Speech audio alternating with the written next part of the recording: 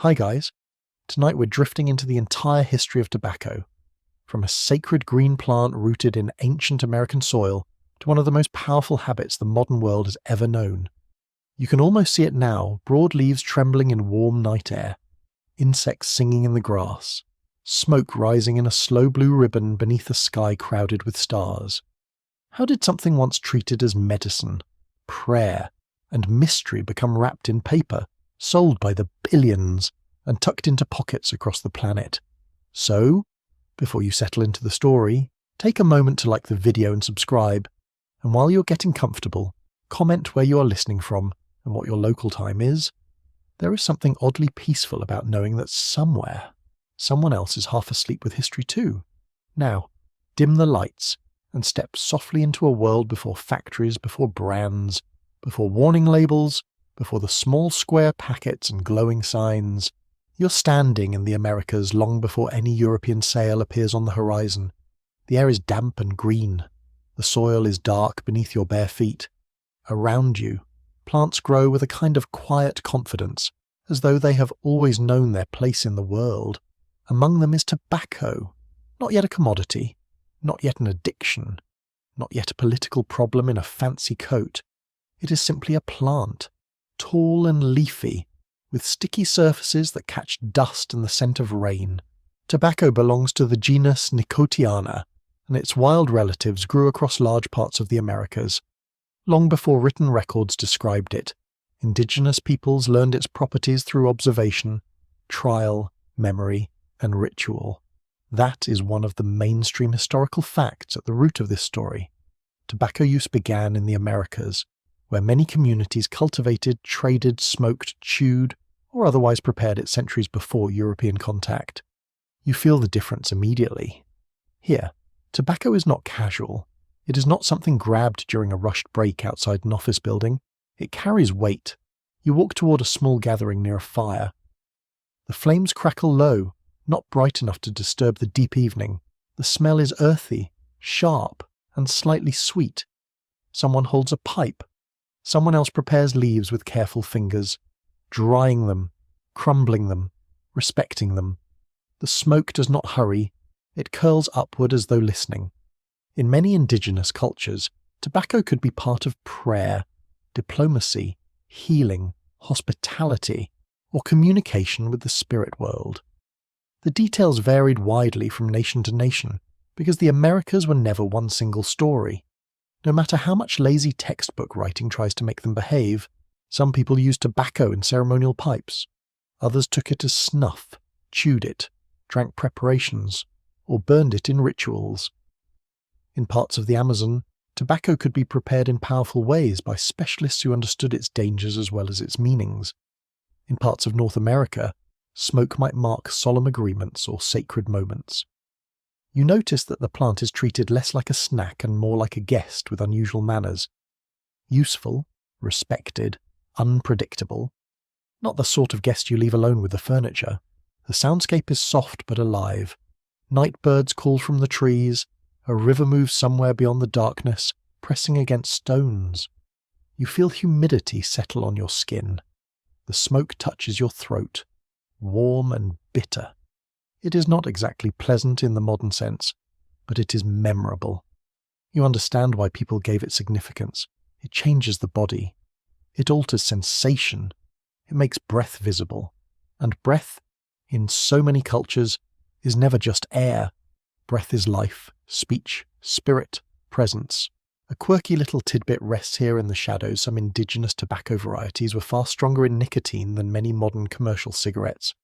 Nicotiana rustica, used in parts of the Americas, can contain much higher nicotine levels than the milder Nicotiana tabacum that later dominated global cultivation.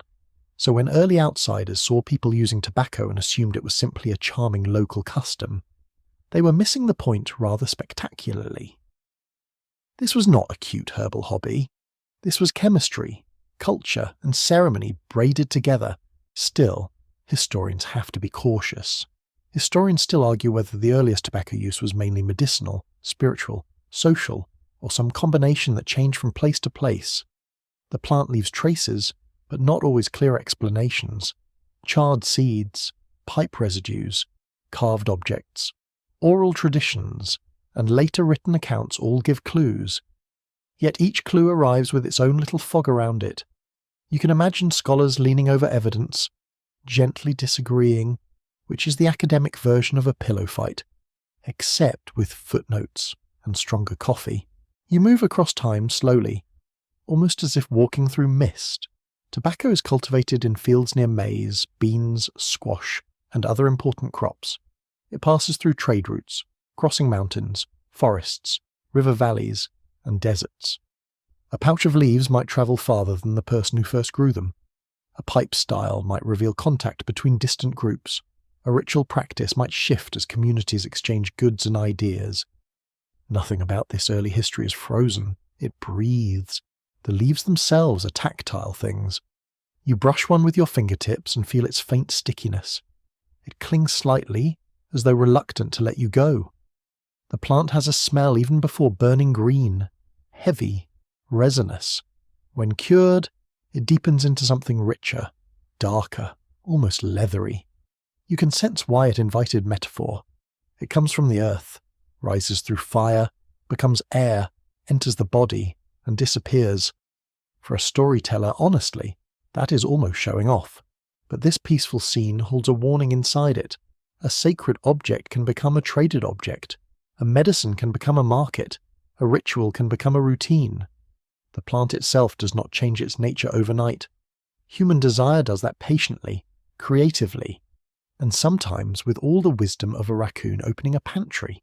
For now, though, there are no global companies, no plantation ledgers, no sailors stuffing leaves into ships.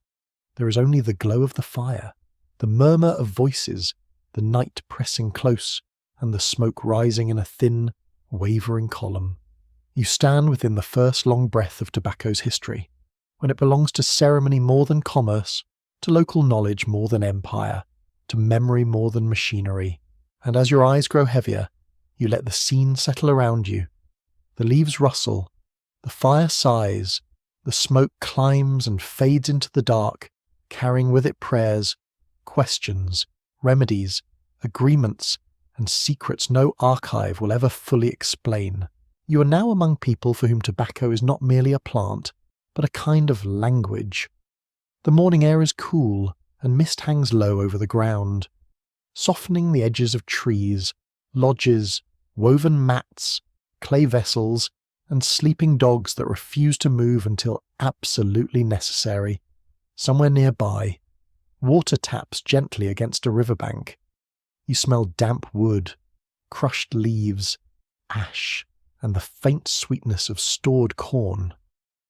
The world is waking slowly, without any alarm clock behaving like a tiny metal rooster with emotional problems. A small group gathers in a cleared space. No one rushes. A pipe is handled with care, passed in a rhythm that feels older than speech. The bowl may be carved from stone, clay, or wood, depending on the region. The stem may be plain or decorated. Its shape matters, but so does the way it is held, filled, lit, and shared. In many indigenous societies, tobacco smoke could carry prayer, witness agreements, welcome visitors, or invite attention from forces beyond ordinary sight. That is a solid historical truth. Tobacco often served ceremonial and diplomatic purposes across many native communities. Though customs differed greatly from place to place, you sit near the edge of the circle and feel the packed earth beneath you, slightly cold through your legs. A feather stirs in the breeze. The smoke rises, thin and blue, then spreads into the pale morning like a thought becoming visible. You notice how carefully people watch it. Smoke does something words cannot. It moves upward. It disappears. It seems to cross a border between the seen and unseen without needing permission from anyone, which is very efficient of it. In some communities, tobacco was offered before hunting, planting, gathering medicines, speaking difficult truths, or beginning important work. In others, it was part of healing ceremonies guided by people trained through long apprenticeship. The plant could calm, focus, strengthen, or overwhelm. Depending on preparation and amount, you begin to understand that sacred does not mean harmless. Sacred things often come with rules because people know they have power. A river is sacred, and it can still sweep you away. Fire is sacred, and it remains fire. You hear a low chant, not loud, more like breath shaped into sound. Dry leaves crackle as they are placed near warmth. Someone rubs tobacco between the palms, releasing a deeper scent, peppery and green, with an edge that catches behind your nose. The touch of the leaves is slightly rough now, less soft than when fresh, more brittle, more concentrated. They seem to hold summer inside them, folded and darkened. A quirky detail waits in this ceremonial quiet. Tobacco was not always used alone. In many places, people mixed it with other plants, barks, herbs, or aromatic materials. Some mixtures were created for taste, some for ritual meaning, some for practical burning qualities. Certain blends could vary so widely that an outsider saying they smoke tobacco is a bit like saying they ate soup and pretending that explains dinner. Helpful? Yes. Complete? Absolutely not. You watch a visitor arrive from another settlement. The person is offered a place, food, water, and eventually tobacco. Hospitality has texture here. It is not a simple greeting. It creates obligation, respect, and relationship. Shared smoke can make a moment formal without making it cold. It can say, "You are seen." It can say, "Speak carefully." It can say, "We are now connected." So please do not behave like a confused raccoon in a sacred pantry. The atmosphere thickens as the sun climbs. Birds begin arguing in the branches, because birds are beautiful but not always peaceful neighbours. Children move at a distance, curious, but aware that this gathering has boundaries. You feel the warmth of the fire on one side of your body and the morning chill on the other. The smoke touches your face gently, then moves away. Historians still argue whether some early European descriptions of sacred tobacco use captured real ceremonial meaning or distorted what observers barely understood. Many accounts were written by outsiders who lacked the language, patience, or humility to interpret what they saw. Some noticed gestures but missed beliefs. Some recorded objects but misunderstood relationships. Some treated tobacco as a strange habit when it may have been part of law, diplomacy, memory, and sacred order. Across the Americas, tobacco could mark transitions. A healer might use smoke while addressing illness. A leader might smoke during council. A family might offer tobacco in gratitude. A traveller might carry it as a gift. It was present not because every moment was casual, but because some moments required seriousness. The plant helped frame the seriousness. It gave breath a visible form and turned intention into something that could be seen, smelled, and shared. You begin to feel how social history hides in small gestures. The passing of a pipe tells you who may speak, who waits, who hosts, who witnesses. The preparation of leaves reveals knowledge passed through hands, not books. The smell of smoke in clothing shows how ceremony follows people after the gathering ends. Even silence has a role. It leaves room for meaning to settle, like ash cooling in a bowl. There is no single indigenous tobacco tradition, no neat little box for a world this large.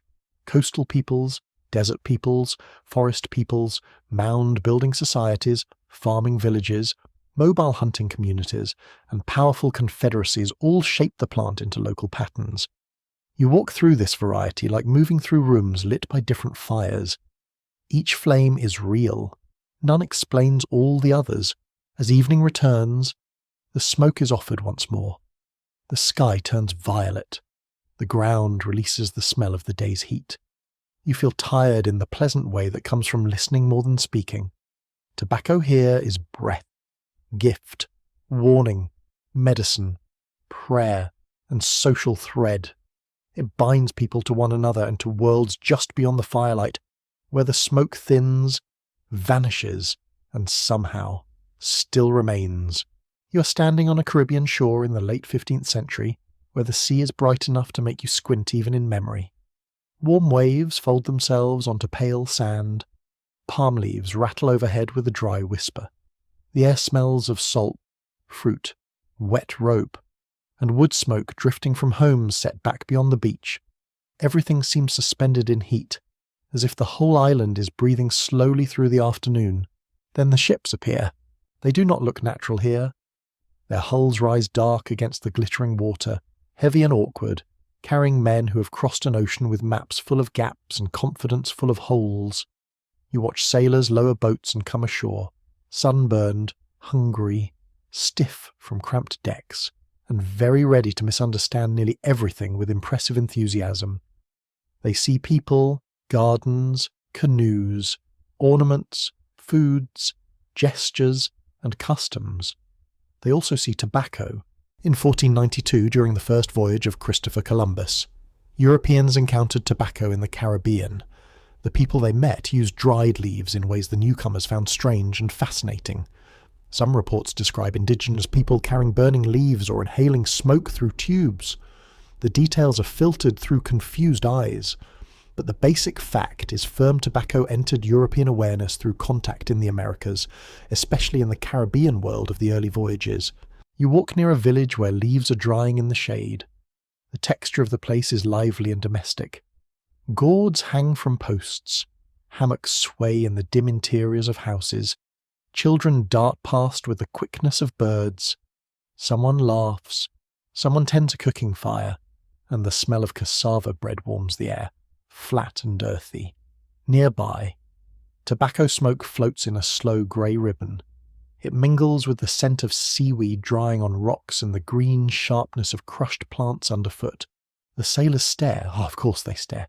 They have spent weeks surrounded by water, stale food, fear, prayer, and each other, which is a challenging combination even for calm personalities.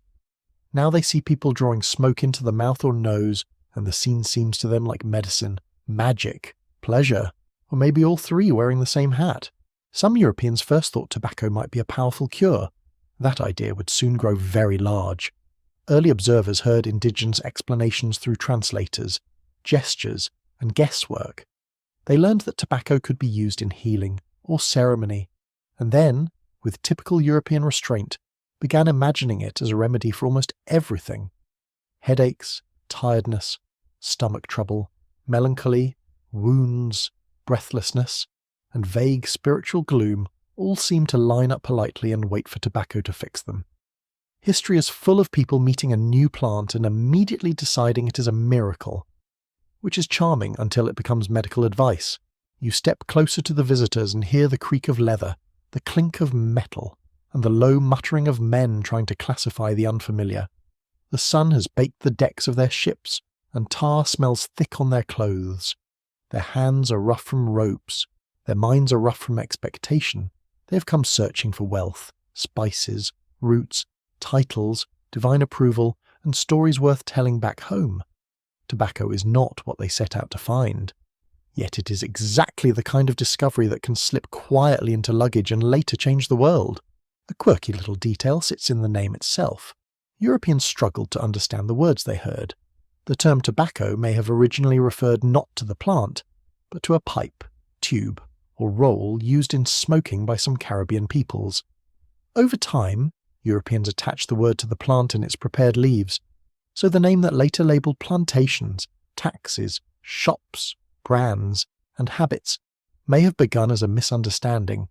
Very on brand for empire. Really, hear a word, point at the wrong thing, write it down confidently, and sail away. The shore darkens slightly as a cloud crosses the sun. You feel the humidity press against your skin. Mosquitoes begin their delicate campaign of evil. In the village, tobacco is part of an existing world, woven into practices the visitors do not truly grasp. For the Europeans, however, it becomes an object of curiosity, a portable marvel, something to show, something to test, something that proves the voyage has reached lands filled with wonders. Historians still debate how accurately the earliest European accounts describe what they saw, because those writers often mixed observation with fantasy, religious assumptions, and the need to impress patrons. A sailor's note, a cleric's report, or an explorer's memory might preserve something real while also bending it into a shape useful for European readers.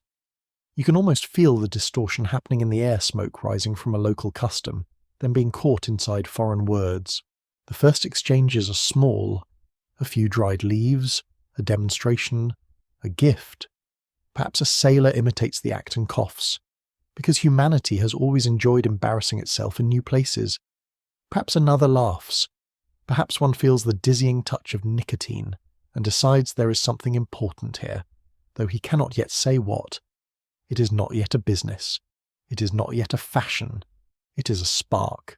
The ships wait offshore, rocking gently. Their sails hang loose. Inside them are barrels, tools, weapons, beads, cloth, religious objects, and the hard machinery of conquest. Tobacco enters that floating world as a curiosity, but curiosities can travel lightly. Seeds are smaller than soldiers. Leaves are easier to carry than gold. A habit can cross an ocean packed inside a chest, wrapped in cloth, remembered in the body. As evening settles, cooking fires glow across the village. The sailors return to their boats with stories forming already. The island smells of smoke, salt, and warm earth. You watch the blue haze lift through palm shadows, ordinary to those who know it, astonishing to those who do not. On this shore, tobacco begins its long passage into European imagination, carried not by understanding, but by fascination, confusion, appetite, and the restless human habit of wanting what another world holds. You enter Europe through a port which is never really asleep. Even at dawn, barrels roll over uneven stones, gulls shriek as if personally offended by breakfast, and sailors shout from decks smelling of pitch, bilge water, salt, sweat, and old fish. The air is cold compared with the Caribbean heat, and tobacco arrives here like a rumour wrapped in dried leaves. It is strange, fragrant, foreign, and just mysterious enough to make people behave with complete confidence and very little knowledge. At first, tobacco belongs to curiosity cabinets, apothecaries, gardens, and the conversations of learned men who enjoy giving Latin names to things before they fully understand them. Seeds and leaves move through Spain and Portugal, then into France, England, Italy, and beyond. The plant grows in botanical gardens, where scholars examine its broad leaves and sticky stems with the solemn expression people use when they are about to be wrong in an educated way. One important historical fact becomes clear in this world of ports and palaces. Tobacco spread through 16th century Europe, largely because people believed it had medicinal value. Physicians, herbalists, courtiers, merchants, and diplomats helped promote it as a useful remedy. It was sniffed, smoked, applied, infused, and praised.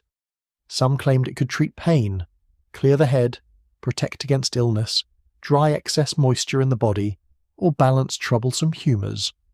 Humoral medicine was still powerful then, and tobacco slipped neatly into that old framework, wearing the costume of a wonder cure. You walk into an apothecary shop. It is dim inside, with shelves crowded by jars as roots, dried flowers, powders, oils, and substances that look suspiciously like something scraped from a wall. The room smells of lavender, vinegar, resin, honey, dust, and tobacco leaf. A man behind the counter lifts a bundle and speaks of its virtues. His hands are stained from herbs. His confidence is extremely polished. You can almost hear the tiny voice of modern caution whispering from a faraway century. Perhaps let us test that first. No one listens. Tobacco's reputation receives a grand push from Jean Nicot, and the French diplomat in Portugal whose name later becomes attached to nicotine and nicotiana. In the 1560s, he helped introduce tobacco to the French court, reportedly sending it as a treatment for ailments. The plant found a glamorous listener in Catherine de' Medici, Queen Mother of France, who is often associated with early courtly enthusiasm for powdered tobacco used as snuff. Once a royal nose becomes involved, fashion rarely remains far behind. Court society, never immune to a dramatic accessory, began treating tobacco as both medicine and elegant novelty. You find yourself in a chamber hung with heavy fabric, where candlelight trembles on polished wood. Perfume floats in the air, but beneath it is a new scent, dry, pungent, faintly peppery. A courtier opens a small container and offers powdered tobacco. Another inhales, blinks, sneezes, and tries to look refined through watery eyes. There is a delicate art to making discomfort appear fashionable. Aristocrats have practiced it with shoes, wigs, corsets, and now snuff. Humanity is consistent, at least. A quirky detail brightens the scene. Tobacco gained nicknames that sound almost embarrassingly hopeful. It was sometimes called holy herb, sacred herb, or queen's herb, depending on place and promoter. Imagine calling a substance holy because it made your headache fade, your nose run, and your social status rise by half an inch. Still, names matter. They softened suspicion and gave the plant a noble aura. A foreign leaf became an almost saintly helper, which is a very nice promotion for something that had recently crossed the Atlantic in luggage. Yet not everyone approves. You pass through university halls and church courtyards where tobacco is debated with great seriousness. Some praise it as medicine, others call it filthy, dangerous, morally weakening, or simply disgusting. The smell clings to clothes and rooms. Smoke offends those who do not use it. Snuff makes people sneeze during conversation, which is rarely ideal diplomacy. Authorities wonder whether this habit should be taxed, banned, regulated, or quietly enjoyed by the people making the rules. Very difficult, apparently, to condemn a vice once it begins producing revenue.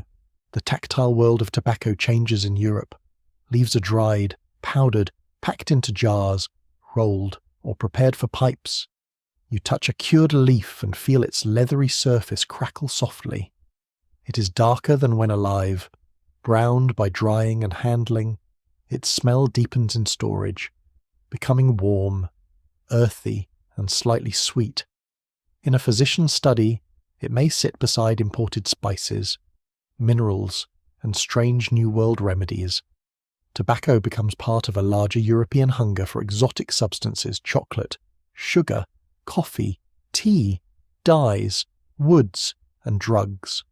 The world is expanding, and so are Europe's appetites, with all the grace of a cat discovering an open cupboard. Scholars still disagree about how quickly ordinary Europeans adopted tobacco compared with elite circles, because records tend to preserve the voices of officials, physicians, travellers, and wealthy users more clearly than the habits of labourers and servants. A royal prescription may survive.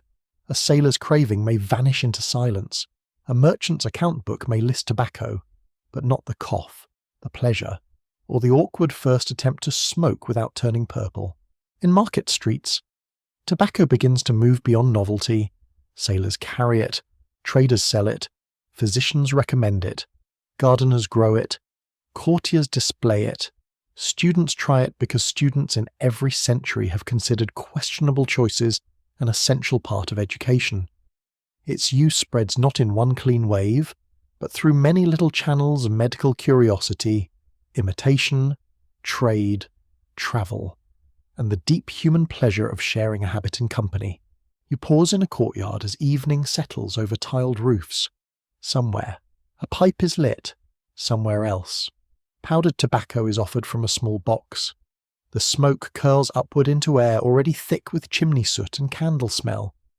Bells ring in the distance, slow and metallic. Europe has not yet become a continent of smokers, but the door has opened. Tobacco has entered courts, shops, gardens, and arguments. It is medicine, fashion, irritation, and opportunity, all at once. It has crossed from sacred landscapes into royal chambers, and now it waits, quietly fragrant, for ordinary mouths, hands, pockets, and purses to carry it farther. You step into a street where the evening has turned copper and grey, and the smell of supper drifts from open doors. The road is uneven beneath your shoes, slick in places with mud and old straw. Horses stamp near a tavern wall. A cartwheel complains over stones. Somewhere, a dog barks as if it has just discovered politics and dislikes every part of it. Inside the tavern, warmth rolls toward you. The room is crowded with bodies, wool, leather, spilled ale, damp coats, and firewood smoke. Then comes the newer scent, sharper and darker, rising from clay pipes held between stained fingers. Tobacco smoke hangs beneath the beams in a blue-brown cloud. It softens faces, blurs corners, and gives the room the dreamy look of a painting that has been left too close to a chimney. By the late 16th and early 17th centuries, pipe smoking had become increasingly common in parts of Europe, especially in port cities, Universities, military circles, and taverns. Clay pipes could be made cheaply. Tobacco could be bought in small amounts. A habit that once felt royal or exotic began entering ordinary social life. The pipe helped tobacco become public, shared, visible, and wonderfully annoying to anyone who had not joined in. You sit at a rough wooden table. It is sticky under your palm, because taverns believed deeply in texture. A man across from you taps tobacco into a pipe bowl with the grave attention of a priest arranging a relic. Another leans close to the fire with a taper, lights his pipe, pulls too hard, coughs, and pretends that was exactly what he meant to do. The others nod politely. Human dignity is fragile, but community is merciful. The pipe itself is a simple object, but it changes everything. It gives tobacco a ritual of the common room fill, light, draw, pass, tap, refill. The small clay bowl grows hot. The stem rests cool at first against the lips, then warms with use. Ash gathers softly. Conversation slows between puffs. A silence that might have felt awkward becomes companionable when everyone has smoke to manage. The pipe offers something to do with the hands while gossip, trade, politics, and nonsense drift across the table. A mainstream historical fact rests in the clay by the early 17th century. Tobacco had become important enough in England to attract strong royal criticism. King James I famously attacked smoking in his 1604 pamphlet, calling it harmful to the body and offensive to the senses. He also imposed heavy duties on tobacco. The moral lecture and the tax bill arrived together, which is perhaps one of the purest government combinations ever invented. You hear arguments near the hearth. One person says tobacco clears the mind. Another says it ruins the lungs. A third says it helps digestion, which appears to be the official excuse for many enjoyable things. A fourth says it is a filthy habit copied from foreigners. The smoker replies by taking another puff, because debate has limits and nicotine has timing. Moralists dislike the smoke. Some clergy see it as idle, vain, or suspiciously sensual. City officials worry about fire, disorder, and waste. Doctors disagree with other doctors, as doctors have nobly done for centuries. Pamphlets accuse tobacco of corrupting youth, draining purses, weakening bodies, and filling rooms with stench. Smokers answer with pleasure, habit, and occasionally medical claims that sound very impressive, right up until you examine them for more than 6 seconds. A quirky detail glows in the tavern haze. Early clay pipes had tiny bowls compared with many later pipes. Tobacco was expensive at first, so smokers used small amounts. Archaeologists can sometimes date old pipe fragments partly by bowl size and style, because the bowls tended to grow as tobacco became cheaper and more available. Imagine future scholars judging an age by the size of its snack packaging. Honestly, they would not be wrong. You walk outside briefly and pass a pipe maker's stall. Rows of pale clay pipes lie like little bones in the fading light. Some are plain, others bear maker's marks, initials, decorative lines, or symbols pressed into the heel. The clay feels smooth and chalky beneath your fingers. It is cheap enough to break, replace, share, and lose. Broken pipe stems will later turn up in great numbers beneath streets, taverns, gardens, docks, and military sites. The past leaves many grand monuments, yes, but it also leaves trash, very generously, tells the truth. The smell follows you into alleys and rooms. Tobacco becomes part of urban atmosphere, mixing with coal smoke, roasting meat, wet wool, human sweat, tallow candles, sewage channels, and fresh bread. Not every scent in history is poetic. Some of them are educational in a more aggressive way. Yet within this dense sensory world, tobacco claims a place. People recognize it. People complain about it. People desire it. Researchers continue to debate how quickly smoking moved across class lines in different countries, because evidence comes unevenly from customs records, court cases, medical texts, travellers' accounts, and objects dug from the ground. Some cities embraced it early. Some regions resisted longer. Some people smoked openly, while others used tobacco in private, medicinal, or occasional ways. The spread was not a straight road.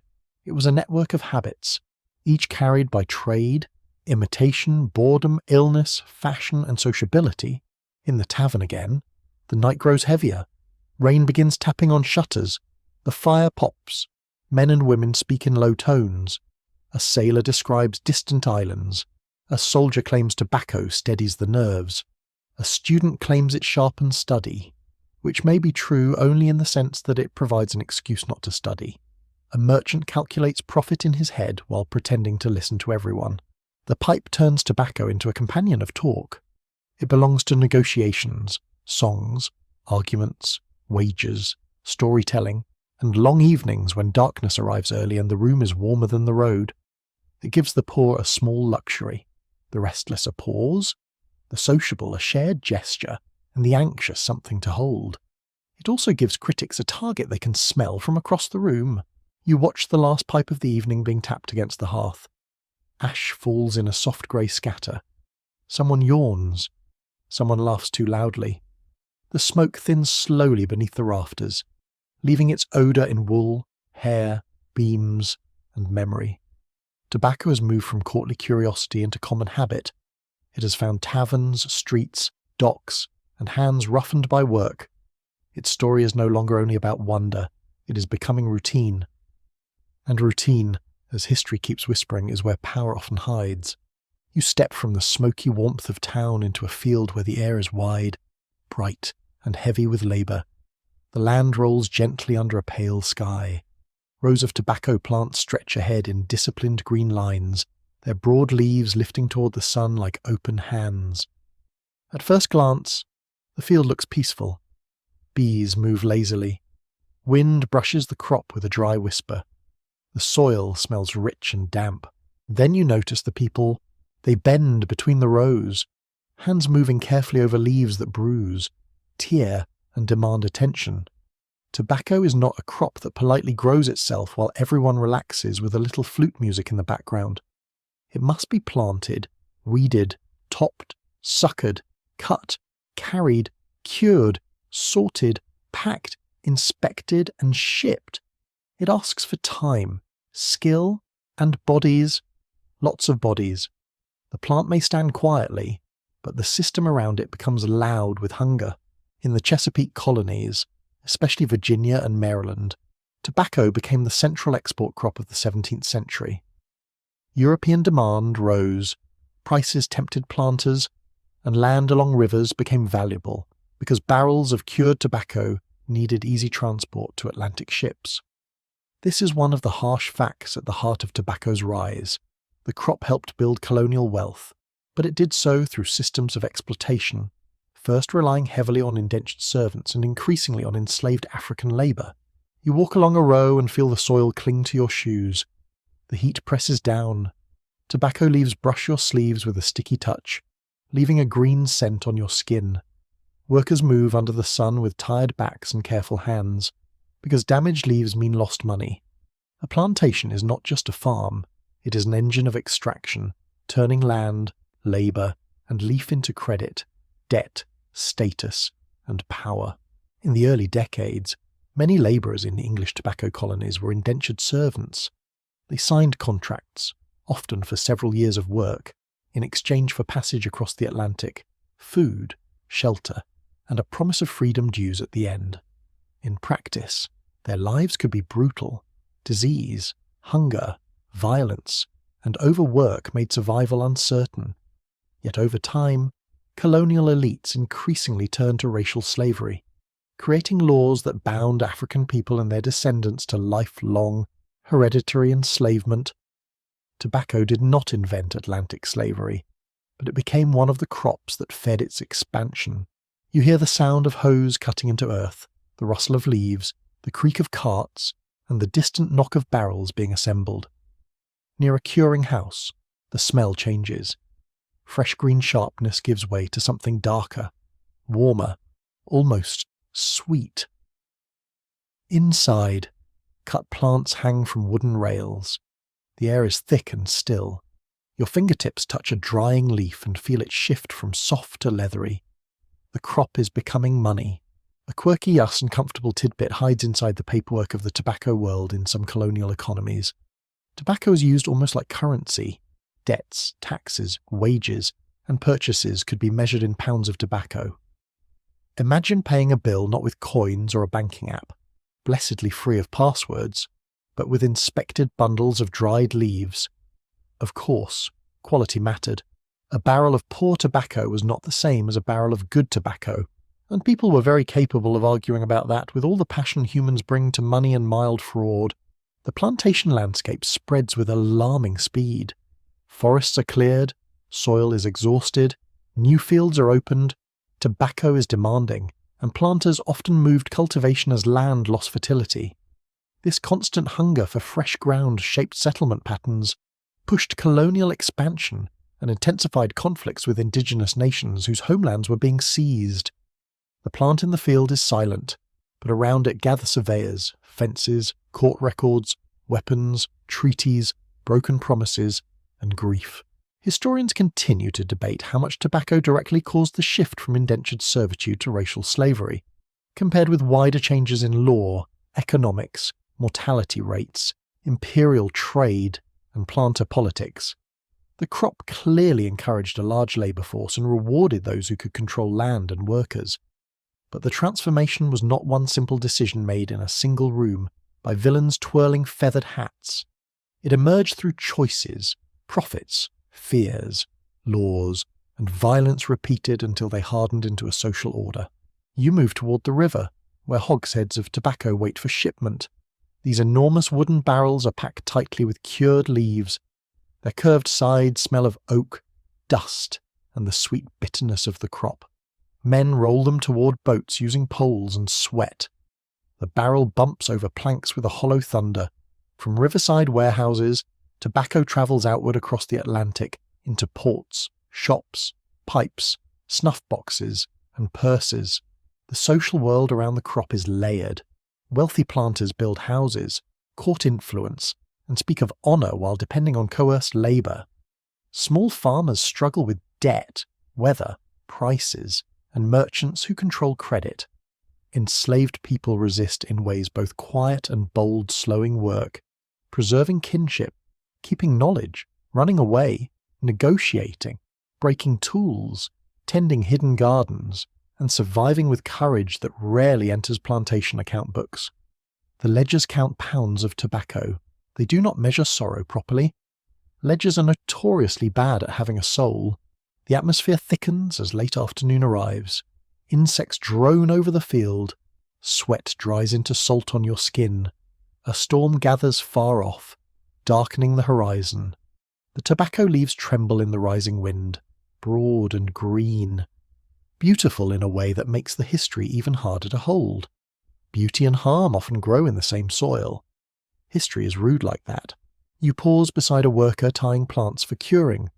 The hands are quick, practiced, and roughened. The labour is intimate. Each leaf has to be touched. Each plant has to be judged. The body learns the crop through repetition, through cuts, aches, stains, and exhaustion. Tobacco's global future begins here not as a glamorous cloud of smoke, but as a field shaped by heat, debt, coercion, and empire. As dusk settles, the curing house darkens. Leaves hang in rows above you like sleeping wings. The scent deepens, warm and brown and strangely calming. Outside, the plantation quiets but does not rest. Somewhere, an overseer's horse shifts. Somewhere, a child coughs in a cabin. Somewhere, a merchant calculates profit by candlelight. Tobacco has become labour made visible, and the smoke that will later curl so lightly through distant rooms carries the weight of every hand that raised the leaf. You stand on a riverside wharf in colonial Virginia, where the morning fog lies low and silver over the water. The river moves with patient strength, carrying small boats, drifting leaves, and the hopes of people who have decided that one plant can solve nearly every financial problem. This is rarely a safe thought, but it is a very historical one. The air smells of wet wood, mud, tar, horses, and cured tobacco packed into enormous barrels. These barrels, called hogsheads, wait in rows near a warehouse. Their staves are bound tight, their sides stained by weather and handling. When workers roll them down the road, they rumble like distant thunder, You feel the vibration through the boards beneath your feet. Tobacco is no longer just a crop in the field. Here, it is credit, it is tax, it is status, it is the brown, leafy heartbeat of colonial wealth. In the Chesapeake world, tobacco became so important that it shaped settlement, politics, trade, and everyday survival. Planters shipped it across the Atlantic to merchants in England and Europe. In return, they received manufactured goods, tools, cloth, books, sugar, wine, furniture, and debts that had a talent for multiplying quietly in the dark. A planter might seem prosperous because his land produced thousands of pounds of tobacco, yet still be tangled in credit obligations to merchants overseas. Wealth, it turns out, can look very impressive while standing ankle-deep in paperwork. You walk into a warehouse where tobacco is inspected. The room is dim, but shafts of sunlight fall through gaps in the planks, lighting the dust in the air. The smell is strong and layered, sweet, earthy, sharp, damp, and woody. Men open barrels and examine the leaves inside. Quality matters deeply. Poorly cured, mouldy, sandy, or damaged tobacco can lower a man's reputation and ruin a shipment. Inspectors judge texture, colour, scent, and packing. Their hands move through leaves with practiced severity. This is a mainstream historical fact of the colonial tobacco economy. Tobacco functioned as a major export and a medium of exchange in several colonies, especially Virginia and Maryland. Taxes, fees, rents, and debts could be reckoned in pounds of tobacco. It was not simply something people smoked. It was the measure by which fortunes rose, marriages were arranged, lawsuits were settled, and public buildings were funded. Somewhere in that, you can almost hear a leaf sighing, because honestly, that is a lot of responsibility for dried vegetation. Outside, a clerk writes in a ledger. His quill scratches steadily, a soft dry sound beneath the creak of carts and the call of boatmen. Numbers fill the page, pounds shipped, prices expected, fees charged, balances owed. The ink smells faintly metallic. The paper is rough under his hand. Behind those neat columns lies a world of labour, weather, soil, credit, and risk. A storm at sea can destroy profit. A glut in the market can lower prices.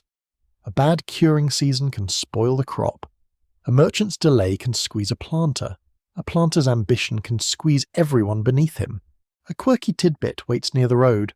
Some planters rolled hogsheads of tobacco for miles using wooden pegs or axles fitted through the barrel, turning the whole thing into a giant leafy wheel. Imagine escorting your wealth down a muddy road while it bumps, groans, and threatens to roll into a ditch.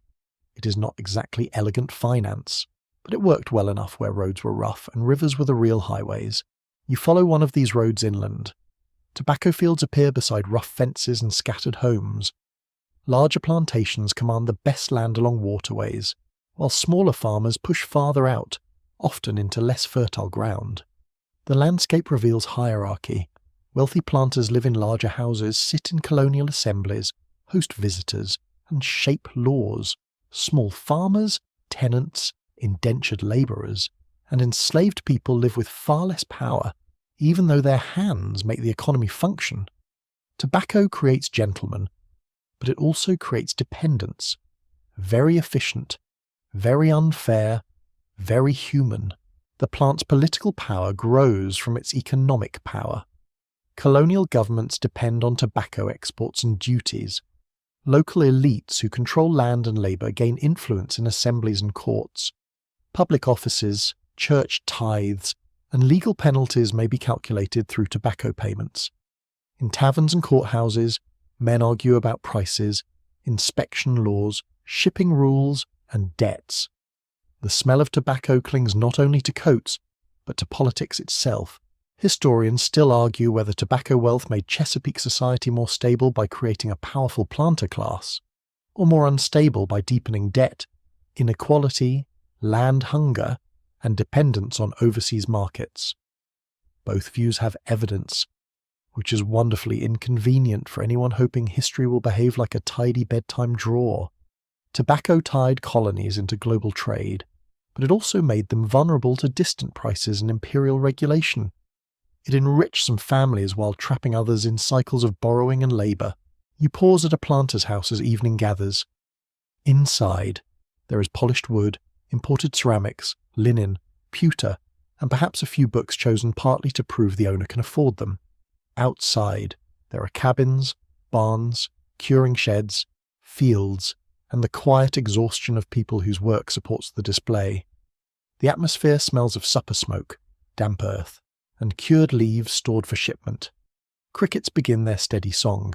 Tobacco also shapes dreams. A small farmer may hope that one good crop will pay a debt, buy land, or secure a child's future. A merchant may hope a shipment arrives before prices fall. An ambitious planter may hope to marry into influence, buy more acreage, and become the kind of man whose opinions suddenly seem wiser because his house has more windows. Social status often dresses itself as virtue. History notices. Down at the river, a ship waits with its hold open, barrels are loaded by lantern light, ropes creak, water slaps against the hull, the night air is cool against your face, but the tobacco scent remains warm, almost sweet, rising from the hogsheads like stored summer. Soon the leaves will cross the ocean and become smoke in distant rooms, coins in distant accounts, and arguments in distant parliaments. You listen as the last barrel settles into place. A clerk closes his ledger, a worker wipes his hands on his coat. Somewhere inland, fields wait for another planting. Tobacco has become the colony's language of ambition grown in soil, counted in pounds, shipped in barrels, and translated into power. The river carries it away, but its weight remains on the land, in the laws, and in the lives bound to every fragrant leaf. You enter a room where nobody seems to be smoking, and yet tobacco is everywhere. It hides in little boxes, in folded handkerchiefs, in waistcoat pockets, in jewelled cases, in the delicate pause before conversation resumes. The room is bright with candlelight and polished surfaces. Mirrors multiply faces. Silk moves softly.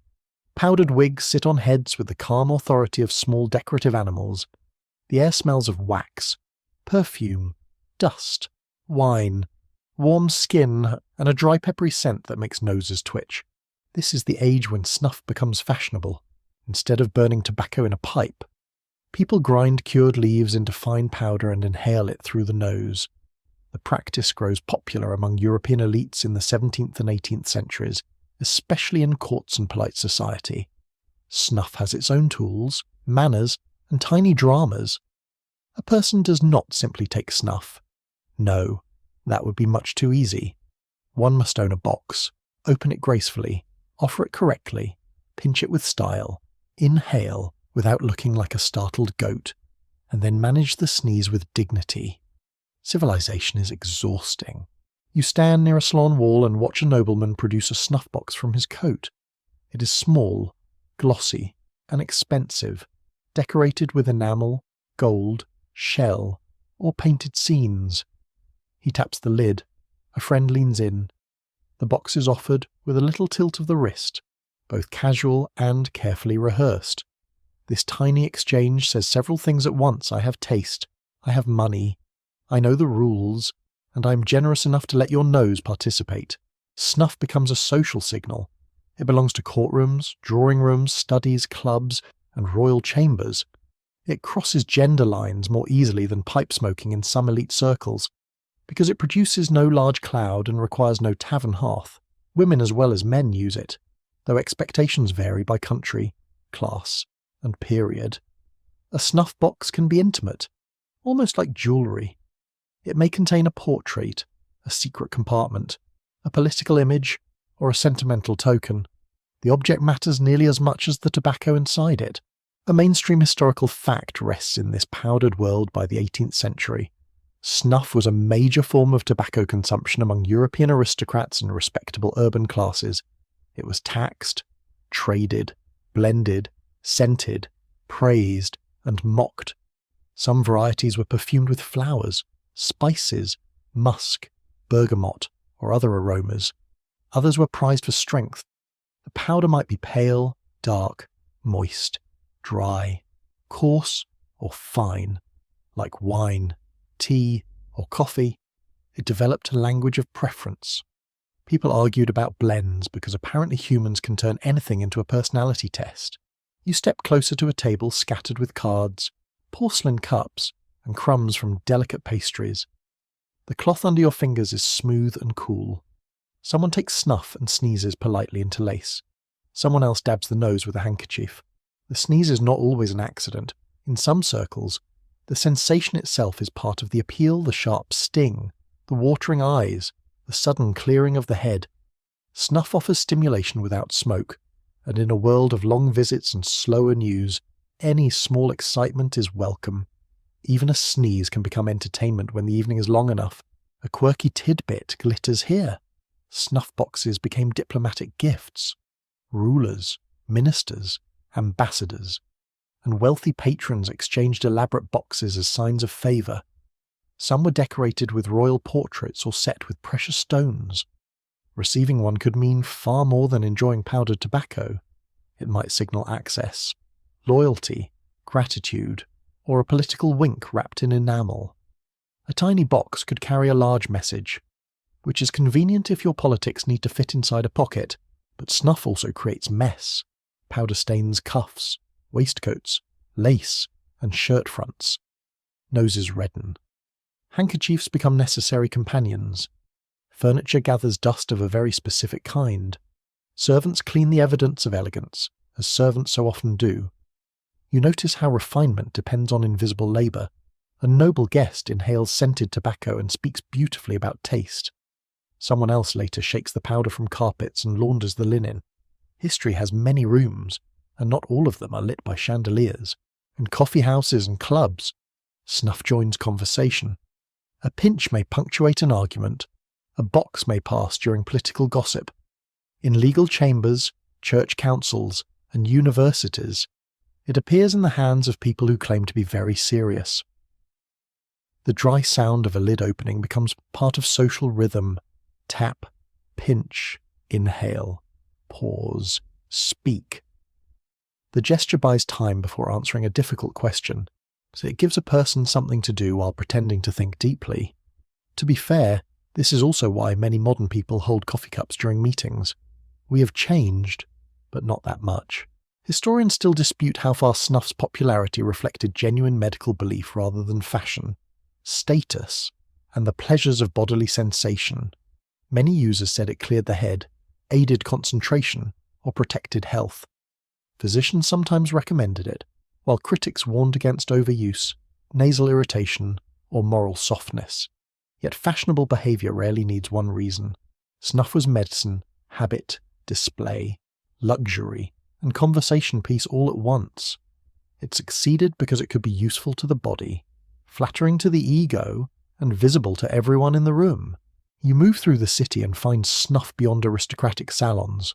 Shopkeepers sell it in packets. Clerks keep small boxes at their desks. Soldiers carry rougher kinds. Sailors trade for it. Artisans take a pinch between tasks. Still, the finest snuff culture remains tied to manners.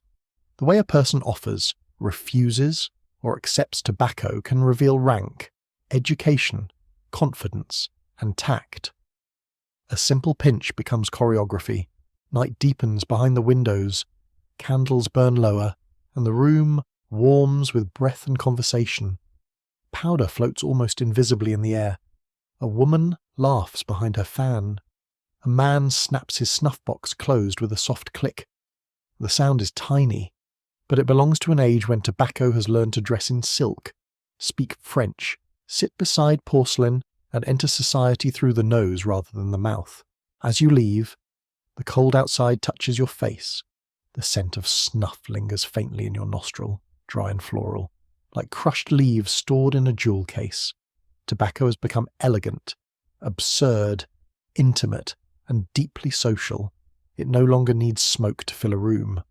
Sometimes all it needs is a polished box, 2 fingers, one careful breath, and a sneeze performed as if civilization depends upon it. You step into an age of pamphlets, taxis, crowded docks, restless assemblies, and rooms where men speak softly because the walls may have opinions. The air carries the smell of ink, damp wool, candle smoke, sealing wax, and tobacco. Outside, Wheels grind over cobbles. Inside, a printer's press groans rhythmically, pressing words into paper that will travel faster than many official orders and cause twice as much trouble. Tobacco sits quietly in this world of revolutions, but quietly does not mean passively. It is packed in warehouses, counted in customs books, taxed by governments, smoked in taverns, and used to pay debts that seem to grow legs when no one is watching. In the 18th century, tobacco is tied to imperial trade, colonial wealth, and political authority. It is one of the goods that helps connect farms in the Americas to merchants in Britain, ports in Europe, consumers in cities, and lawmakers who discover, with touching consistency, that taxable habits are extremely interesting. You stand in a colonial assembly where wooden benches creak beneath anxious bodies, papers rustle, a pipe bowl glows near an open window, sending a thin line of smoke into the humid air. Men debate duties, debts, shipping rules, and the reach of distant power. Tobacco planters in the Chesapeake depend on British merchants for credit and access to markets. Many are deeply indebted.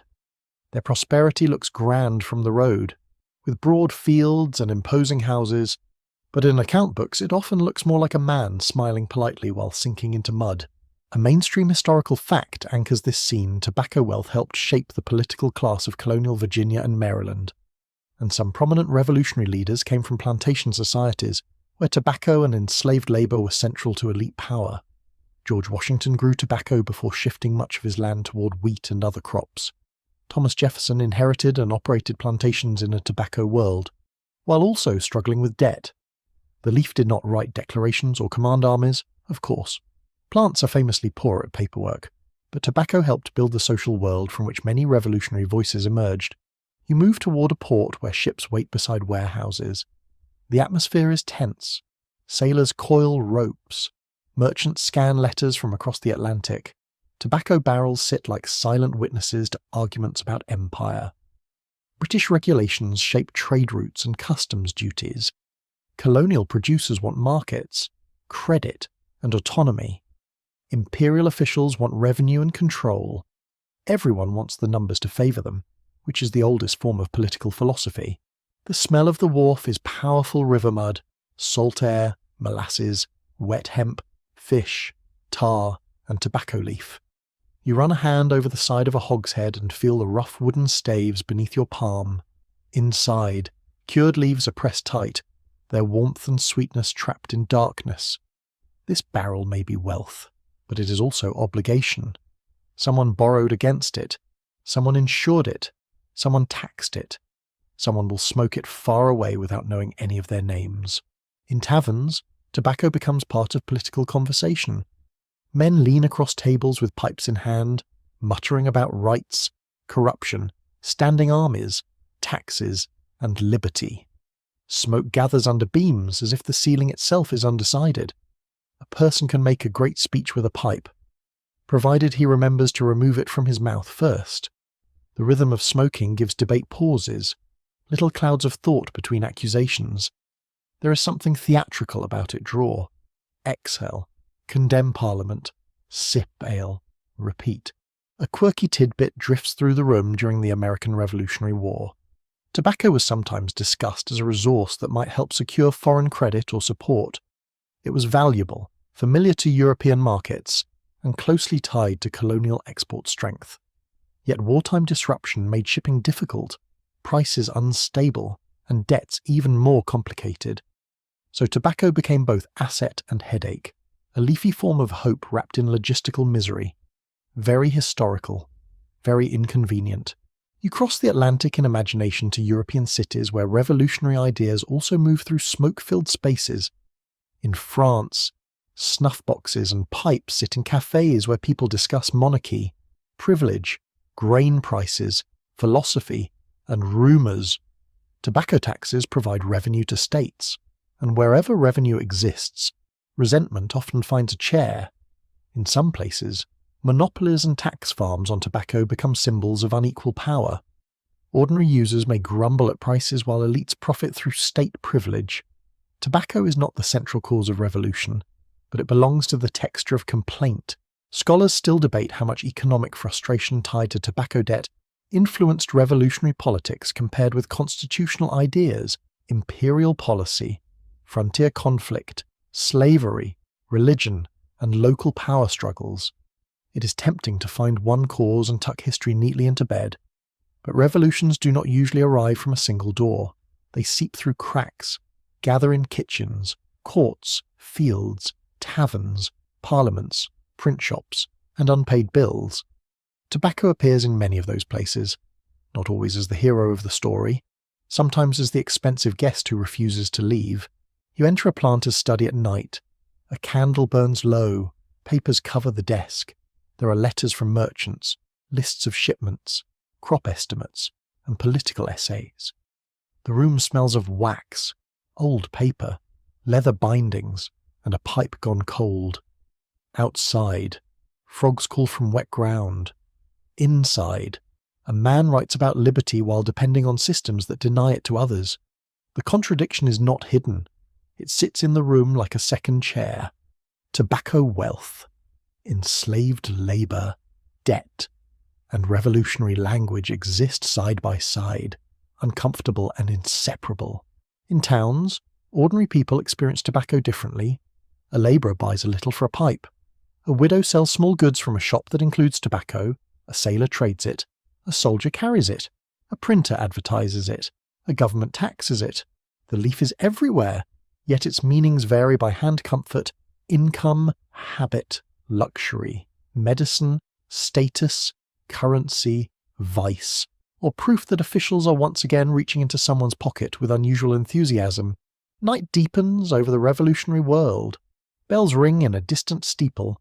A pipe ember fades in a tavern corner. At the harbour, barrels wait for ships that may be delayed by war, blockade, storm, or paperwork. The four horsemen of commercial annoyance. Tobacco has become part of rebellion's atmosphere, not its single spark, but one of the scents in the room where arguments sharpen. It binds colonies to empire, planters to creditors, governments to taxes, and private pleasure to public power. The smoke rises through an age of declarations and debts, and for a moment, it looks almost like history thinking aloud. You arrive in a harbour where the evening air is warm, salted, and rich with the smell of sugar, fruit, horses, sweat, and tobacco leaf drying somewhere beyond the town. The sea glows under a sinking sun. Boats knock gently against the docks. Men in linen coats move through shadows with ledgers under their arms, while workers carry crates and barrels past walls stained by heat and rain. Farther inland, the fields wait beneath a deepening sky. This is the world of cigars. The cigar grows from older American practices of smoking rolled tobacco leaves. But in the Caribbean, especially Cuba, it becomes something distinctive, refined, and commercially powerful. By the 18th and 19th centuries, Cuban cigars acquire a reputation for quality across Europe and the Americas. Their fame rests on climate, soil, skilled labour, curing methods, rolling techniques, and the force of imperial trade. A cigar is not merely tobacco burned slowly. It is agriculture, craft, status, empire, and performance held between two fingers. You walk into a drying house where the air is close and fragrant. Rows of tobacco leaves hang from poles overhead, turning from green to yellow, brown, and deep chestnut. The smell is dense and almost sweet, with notes of earth, leather, wood, and faint spice. Your skin feels the warmth trapped inside the structure. The leaves shift softly in a passing breeze, making a dry whisper like pages turning in a book no one is allowed to hurry. Cigar tobacco needs careful handling. Leaves are harvested, cured, fermented, sorted, stripped, and rolled. Different parts of the plant produce leaves with different qualities. Some may be chosen for filler, some for binder, some for the smooth outer wrapper that gives a cigar its elegant surface. A skilled roller can feel the difference through the fingertips' thickness, oil, flexibility, veins, moisture. The work is delicate, repetitive, and highly trained. A cigar that looks simple is passed through many hands. In 19th century Cuba, cigar making becomes famous not only for the product, but for the culture of the workshop. One mainstream historical fact is especially vivid. Cigar factories often employed readers, called lectors, who read newspapers, novels, political essays, and other texts aloud to workers while they rolled cigars. The sound of the reader's voice floated over tables as hands kept working. Tobacco, literature, politics, and labour shared the same room. Honestly, it is hard not to admire a workplace where someone rolls luxury goods while listening to a novel, although the pay and conditions rather spoil the romance, as history tends to do. You enter one of these workshops. Long tables stretch through a high room. Light falls through shutters. Workers sit close together, their hands moving with steady precision. The tobacco leaves make a soft rasp against wooden boards. A lector sits elevated, reading in a clear voice. The room smells of cured leaf, sweat, dust, and strong coffee. Someone smiles at a dramatic passage. Someone mutters at political news. A foreman pretends not to hear the muttering, which is delicate art practiced wherever authority meets common sense. A quirky tidbit curls through the cigar smoke. Several famous cigar names are linked to literature and theatre. Brands, such as Romeo y Julieta and Monte Cristo, reflect the reading culture of cigar workers and consumers, where novels and dramatic stories became part of tobacco identity. A cigar could carry a name full of romance, revenge, tragedy, or adventure, which is a lot of emotional luggage for something destined to become ash. Cigars also become symbols. In Europe, they suggest wealth, masculine leisure, military confidence, and colonial taste. In clubs and drawing rooms, a cigar can signal that dinner has ended and serious men are now ready to discuss politics, money, hunting, horses, and other activities made more impressive by chairs made of leather. In the Americas, cigars appear in saloons, offices, ships, gambling rooms, and political gatherings. They belong to presidents, generals, businessmen, artists, and anyone who wants to look as though time itself has agreed to slow down for them. The touch of a cigar is different from a pipe or snuff box. It is warm before it is lit, slightly yielding, wrapped in a smooth leaf that may shine with natural oils. When cut, the end opens with a faint dry sound. When lit, the foot glows red, then orange. Smoke emerges thicker and more fragrant than a quick cigarette, rolling slowly across the tongue and into the room. It asks for patience. It demands a chair. It almost insists on someone saying something unnecessary about character. Yet beneath the luxury lies hard labour and empire. Cuba's tobacco economy developed under Spanish colonial rule, shaped by monopolies, taxes, trade restrictions, slavery, and later, wage labour. Enslaved Africans and their descendants played major roles in Cuban agriculture, including tobacco and sugar economies, though the balance of labour systems varied by region and period. Tobacco farms could be smaller than vast sugar plantations, but they were still tied to colonial power, racial hierarchy, and global markets. The elegant cigar in a European hand carries the warmth of Caribbean soil and the strain of countless workers. Historians still debate how much Cuba's cigar reputation came from unique environmental conditions, such as the famed soils of regions like Vuelta Abajo, and how much came from branding, trade networks, skilled labour, and European imagination. The answer is probably not one tidy thing. Good leaves matter, craft matters, myth matters too. Luxury often grows from a mixture of quality and storytelling, with a little smoke added for atmosphere. You pass through a colonial street at night. Balconies lean over narrow lanes. Music drifts from an open doorway. Soft guitar notes mingling with voices and the chirp of insects. A man lights a cigar beneath a lamp. The flame touches the tip, and for a moment his face glows bronze. Smoke rises around him, thick and calm. Nearby, a worker carries bundles of leaves on one shoulder, his shirt damp from the heat. Two worlds share the same scent. Cigars become portable theatres of status. A gentleman selects one, clips it, warms it, lights it, pauses, and inhales the room's attention even if he does not inhale the smoke. The ritual can be graceful, ridiculous, or both. It creates time around itself. A cigarette will later be quick, nervous, modern. The cigar is slower, heavier, more ceremonial, though now its ceremony serves power, leisure, and appetite rather than sacred exchange. As the harbour darkens, ships prepare to carry cigars and leaf abroad. Crates are sealed, papers are stamped, lanterns sway. The air holds that unmistakable smell of cured tobacco, deep as polished wood and sweet as a locked cabinet. You feel the night breeze on your face and hear the quiet crackle of a cigar burning nearby. Tobacco has learned another role. It has become luxury rolled by hand, empire wrapped in leaf, and desire made slow enough to watch as it turns, beautifully and troublingly, into smoke. You step into a world that moves faster than the cigar room. The air is dusty, hurried, and full of small noises, boots on packed earth, paper crackling, coins clicking, soldiers coughing, factory bells ringing in the distance. Tobacco is changing shape again. It is becoming smaller, quicker, easier to carry, and more private. It no longer asks for a carved pipe, a polished snuff box, or a patient hour in a leather chair. It can fit behind the ear, inside a pocket, or between two fingers during a pause that lasts only a minute. The cigarette appears almost modest at first. A little tobacco, shredded fine, wrapped in paper. Nothing grand, nothing jewel-like.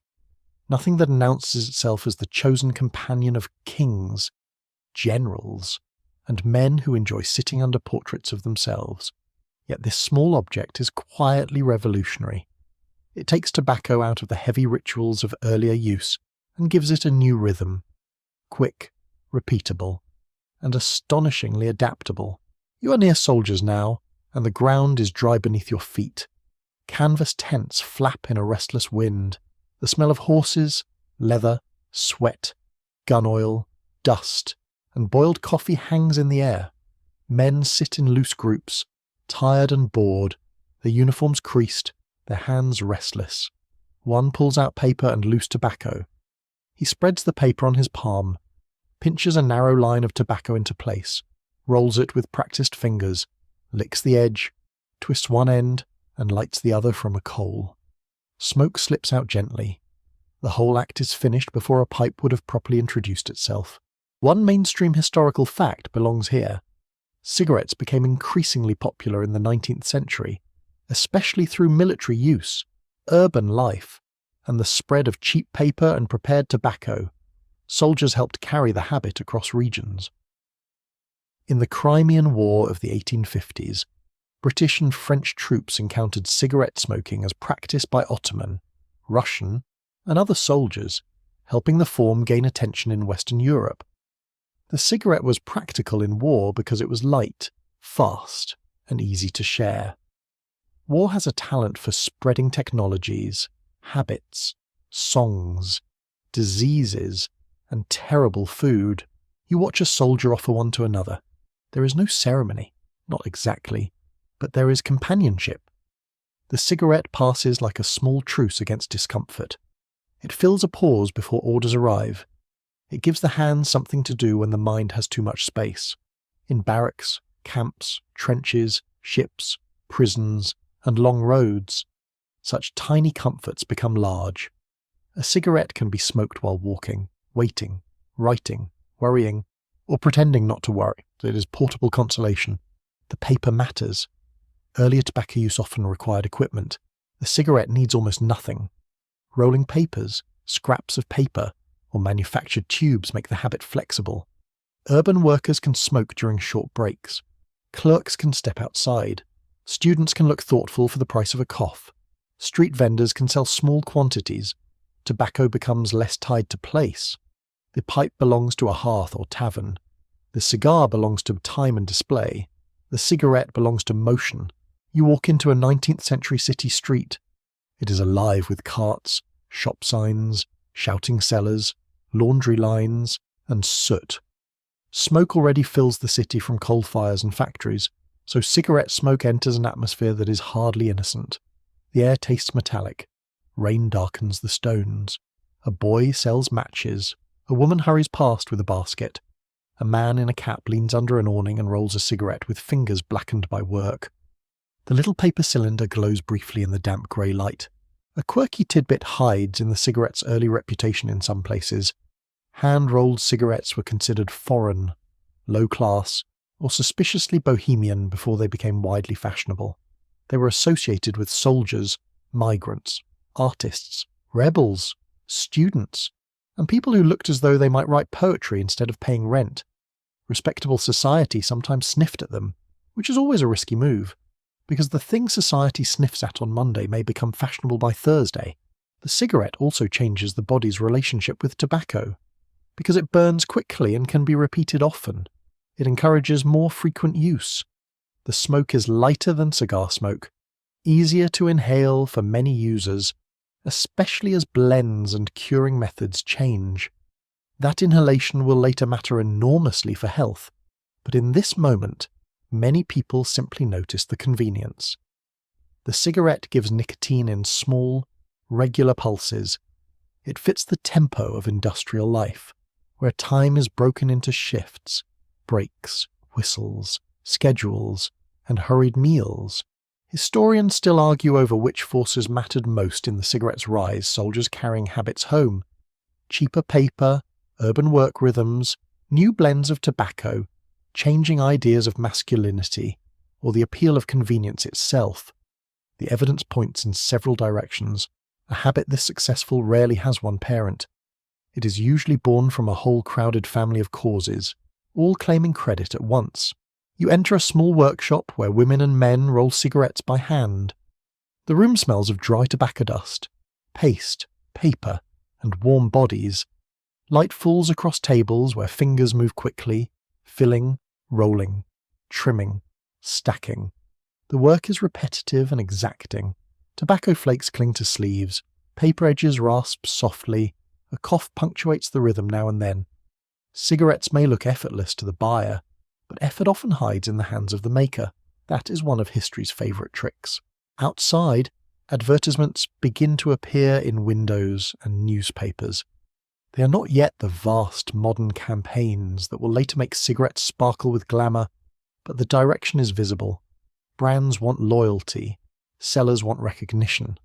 Smokers begin choosing one product over another, not only by taste, but by identity.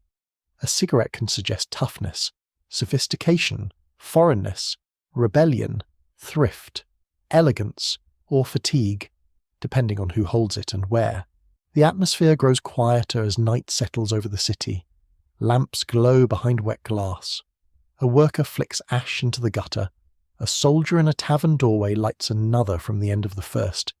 Smoke rises briefly, then vanishes into fog and coal haze. The cigarette is still small, still simple, still almost humble, but it has found the modern pulse speed, repetition, portability, and desire measured in minutes. You hold one unlit cigarette in your hand and feel how light it is. Barely anything. Paper, leaf, air. Yet it carries enormous possibility. It can be made by the thousands, shipped by the crate, shared among armies, sold on street corners, tucked into uniforms, and smoked in the small gaps of ordinary life. Tobacco has become quick, and once a habit learns to move quickly, it becomes very difficult to keep still. You enter a factory where the air trembles with motion. The building is long, a brick and stern, with tall windows filmed by dust and smoke. Outside, carts clatter over the street, and a train whistle cries somewhere beyond the rooftops. Inside, the sound is relentless, belts slapping, gears turning, metal parts clicking, paper feeding, tobacco shivering through hoppers like dry brown rain. The whole place smells of oil, hot iron, glue, ink, paper, sweat, and shredded leaf. This is where the cigarette stops being merely convenient and becomes industrial. The small paper tube that once depended on patient hands now meets machinery. And machinery does not get tired, does not pause for gossip, and does not complain unless a belt snaps, at which point it becomes extremely dramatic. In the late 19th century, cigarette manufacturing changed sharply with the introduction of automated machines, especially the Bonsack machine, patented in the United States in the 1880s. It could produce cigarettes far faster than hand rollers, lowering costs and helping turn cigarettes into a mass consumer product. You stand near the machine and watch it work with unsettling grace. Fine-cut tobacco drops into a moving paper channel. The paper wraps around it. Paste seals the seam. A blade cuts the long tube into even lengths. Cigarettes spill out in orderly rows, pale and identical. One after another, after another, after another. The rhythm feels almost hypnotic. A handmade cigarette carries the tiny irregularities of a person's fingers. These carry the signature of repetition itself. At first, many manufacturers hesitate. Machines are expensive. Workers may resist them. Consumers may distrust factory-made goods. Some people believe machine-made cigarettes are inferior, too uniform, too impersonal, too suspiciously modern. But efficiency has a persuasive voice, especially when it speaks in lower prices and higher profits. Large companies adopt machines and begin producing cigarettes in quantities that would have seemed absurd only decades earlier. Tobacco is entering the age of scale. The room around you is full of workers, though fewer are needed for each cigarette than before. Some feed tobacco into machines, some pack finished products, some inspect quality, some stack boxes. Their hands still matter, but the pace is now set by metal. You feel the vibration through the floorboards. Tobacco dust coats surfaces in a fine brown film. It dries the throat. It clings to eyelashes, cuffs, and hair. A bell rings, and bodies shift according to schedule. The factory clock has become part of the cigarette's flavour, whether anyone admits it or not. A mainstream historical fact sits at the centre of this change mechanisation, made cigarettes dramatically cheaper and more widely available. Once production soared, companies needed larger markets, and larger markets required branding, advertising, packaging, and distribution on a new scale. The cigarette was no longer just an object people made and smoked. It became a product with a name, a look, a promise, and a place in shop windows across towns and cities. You walk into a printing room where labels and cards are being prepared. The smell of ink is sharp and wet. Bright designs appear on paper bold lettering, decorative borders, patriotic images, beautiful women, athletes, soldiers, exotic landscapes, and animals that seem only loosely connected to smoking but are doing their best. Packages become miniature billboards. A smoker might choose a brand because of price or taste, but also because the packet feels familiar, stylish, masculine, refined, daring, or simply less ugly than the others. Branding, very politely, begins whispering into the pocket. A quirky tidbit appears inside the packet. Cigarette companies often included collectible cards with their products. These cards featured baseball players, actresses, military uniforms, flags, animals, and famous landmarks. People collected and traded them, and children sometimes became interested in the cards even if they were not the intended smokers. A tobacco packet could offer not only nicotine, but a tiny gallery of pictures. It was marketing with the emotional subtlety of a magpie offering shiny objects. The cigarette also benefits from changes in tobacco itself. Blends become milder and more consistent. Bright flue-cured tobacco, especially associated with regions of the American South, helps create a sweeter, more inhalable smoke. Packaging protects freshness. Matches become cheap. Urban shops multiply. Railroads carry goods quickly. Newspapers carry advertisements widely. One small product rides a whole modern system: agriculture, chemistry, machinery, printing, transport, finance, and desire.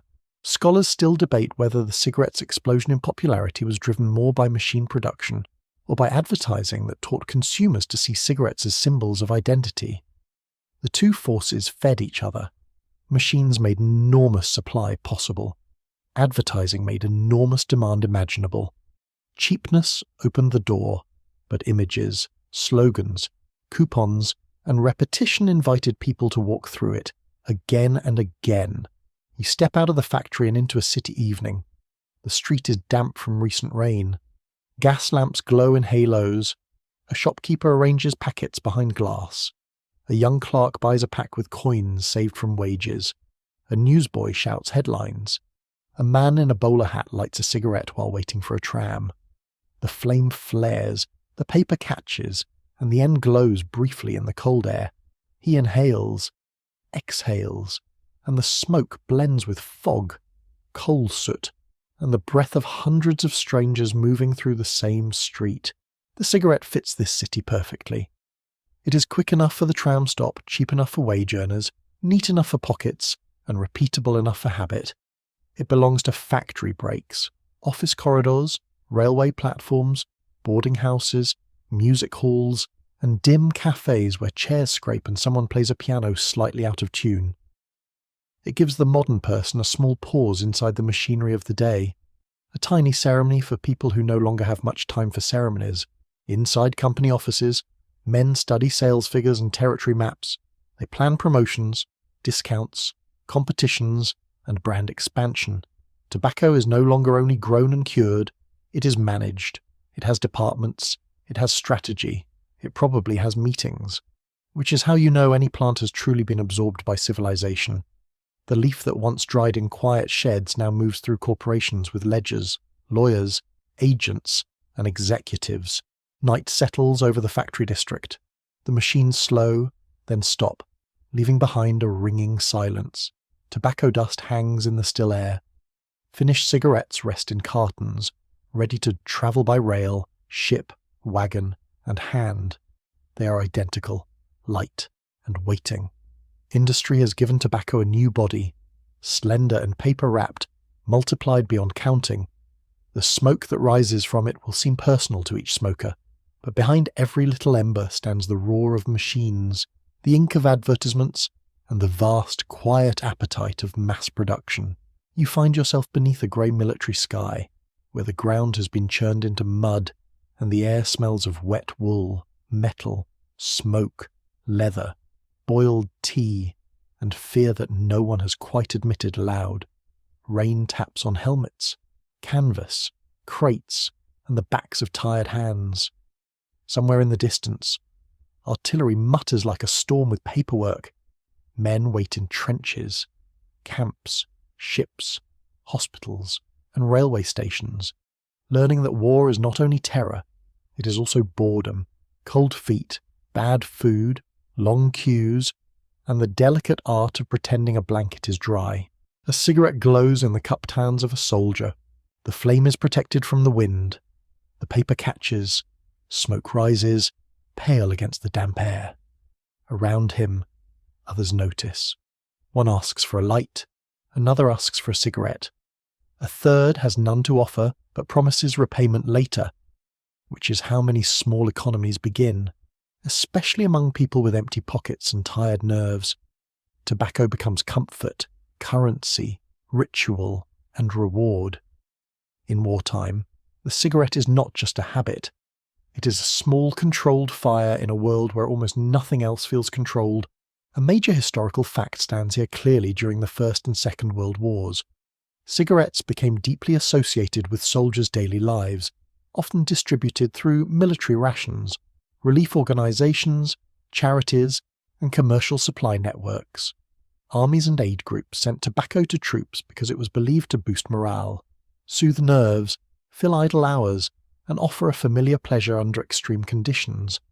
A packet could feel like home, even when home was very far away. You walk through a trench line at dusk. Duckboards shift under your boots. Mud sucks at the edges of everything. The smell is sour, earthy, and damp, mixed with smoke from braziers and the bitter scent of tobacco. A soldier leans against a sandbag wall, rubbing his fingers together for warmth.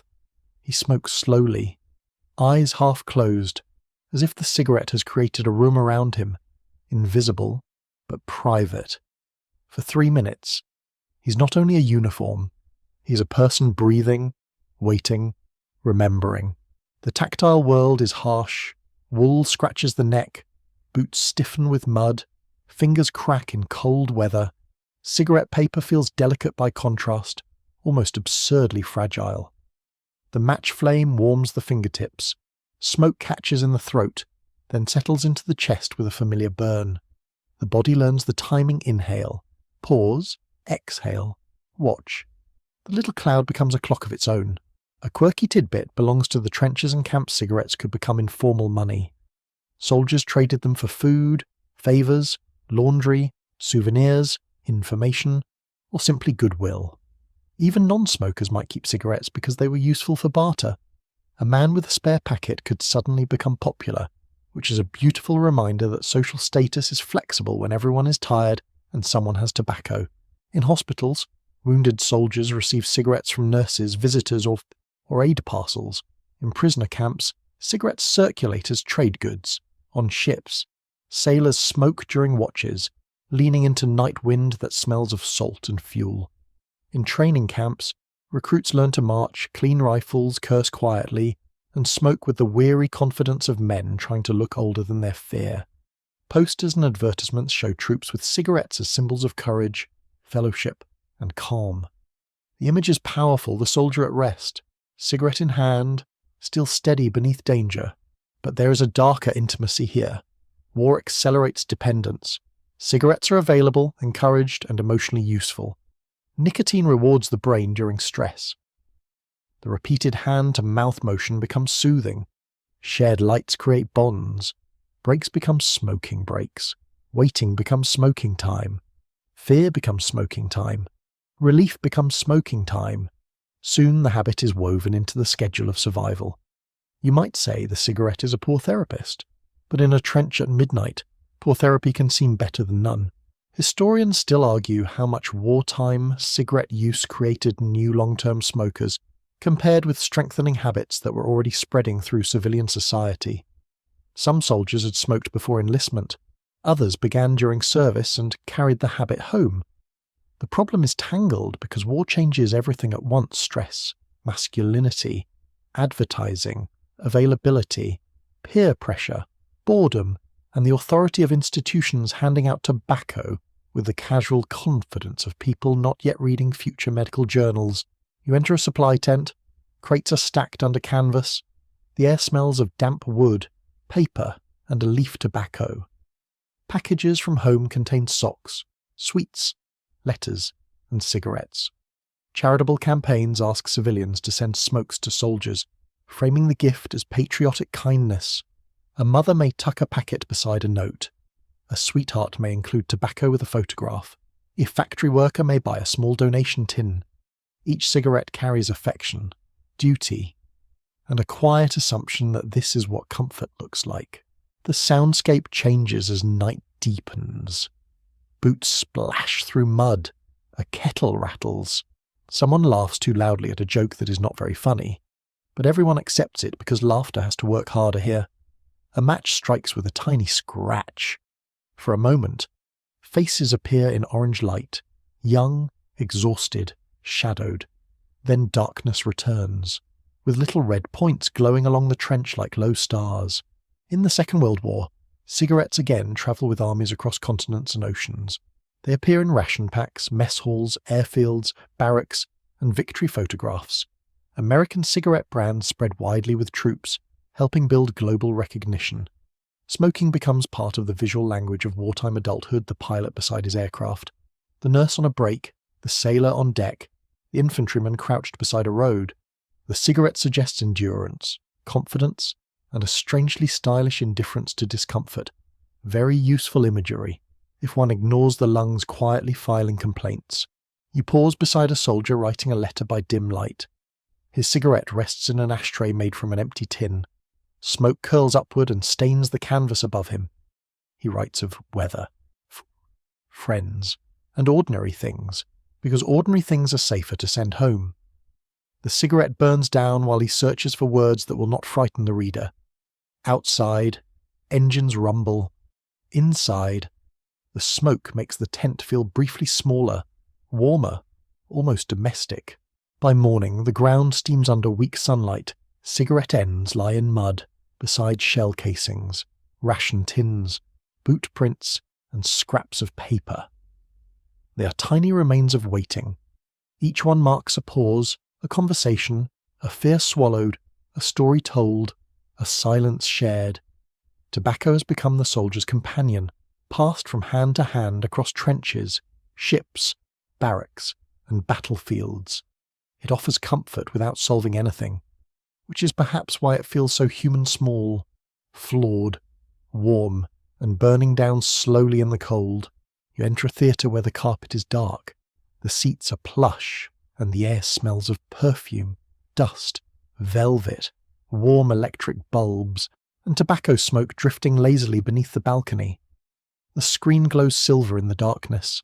Around you, people settle into their chairs with coats folded over their knees and paper programs in their hands. Someone unwraps a sweet with the careful secrecy of a jewel thief. Someone else lights a cigarette, and the flame briefly illuminates a face tilted toward the dream.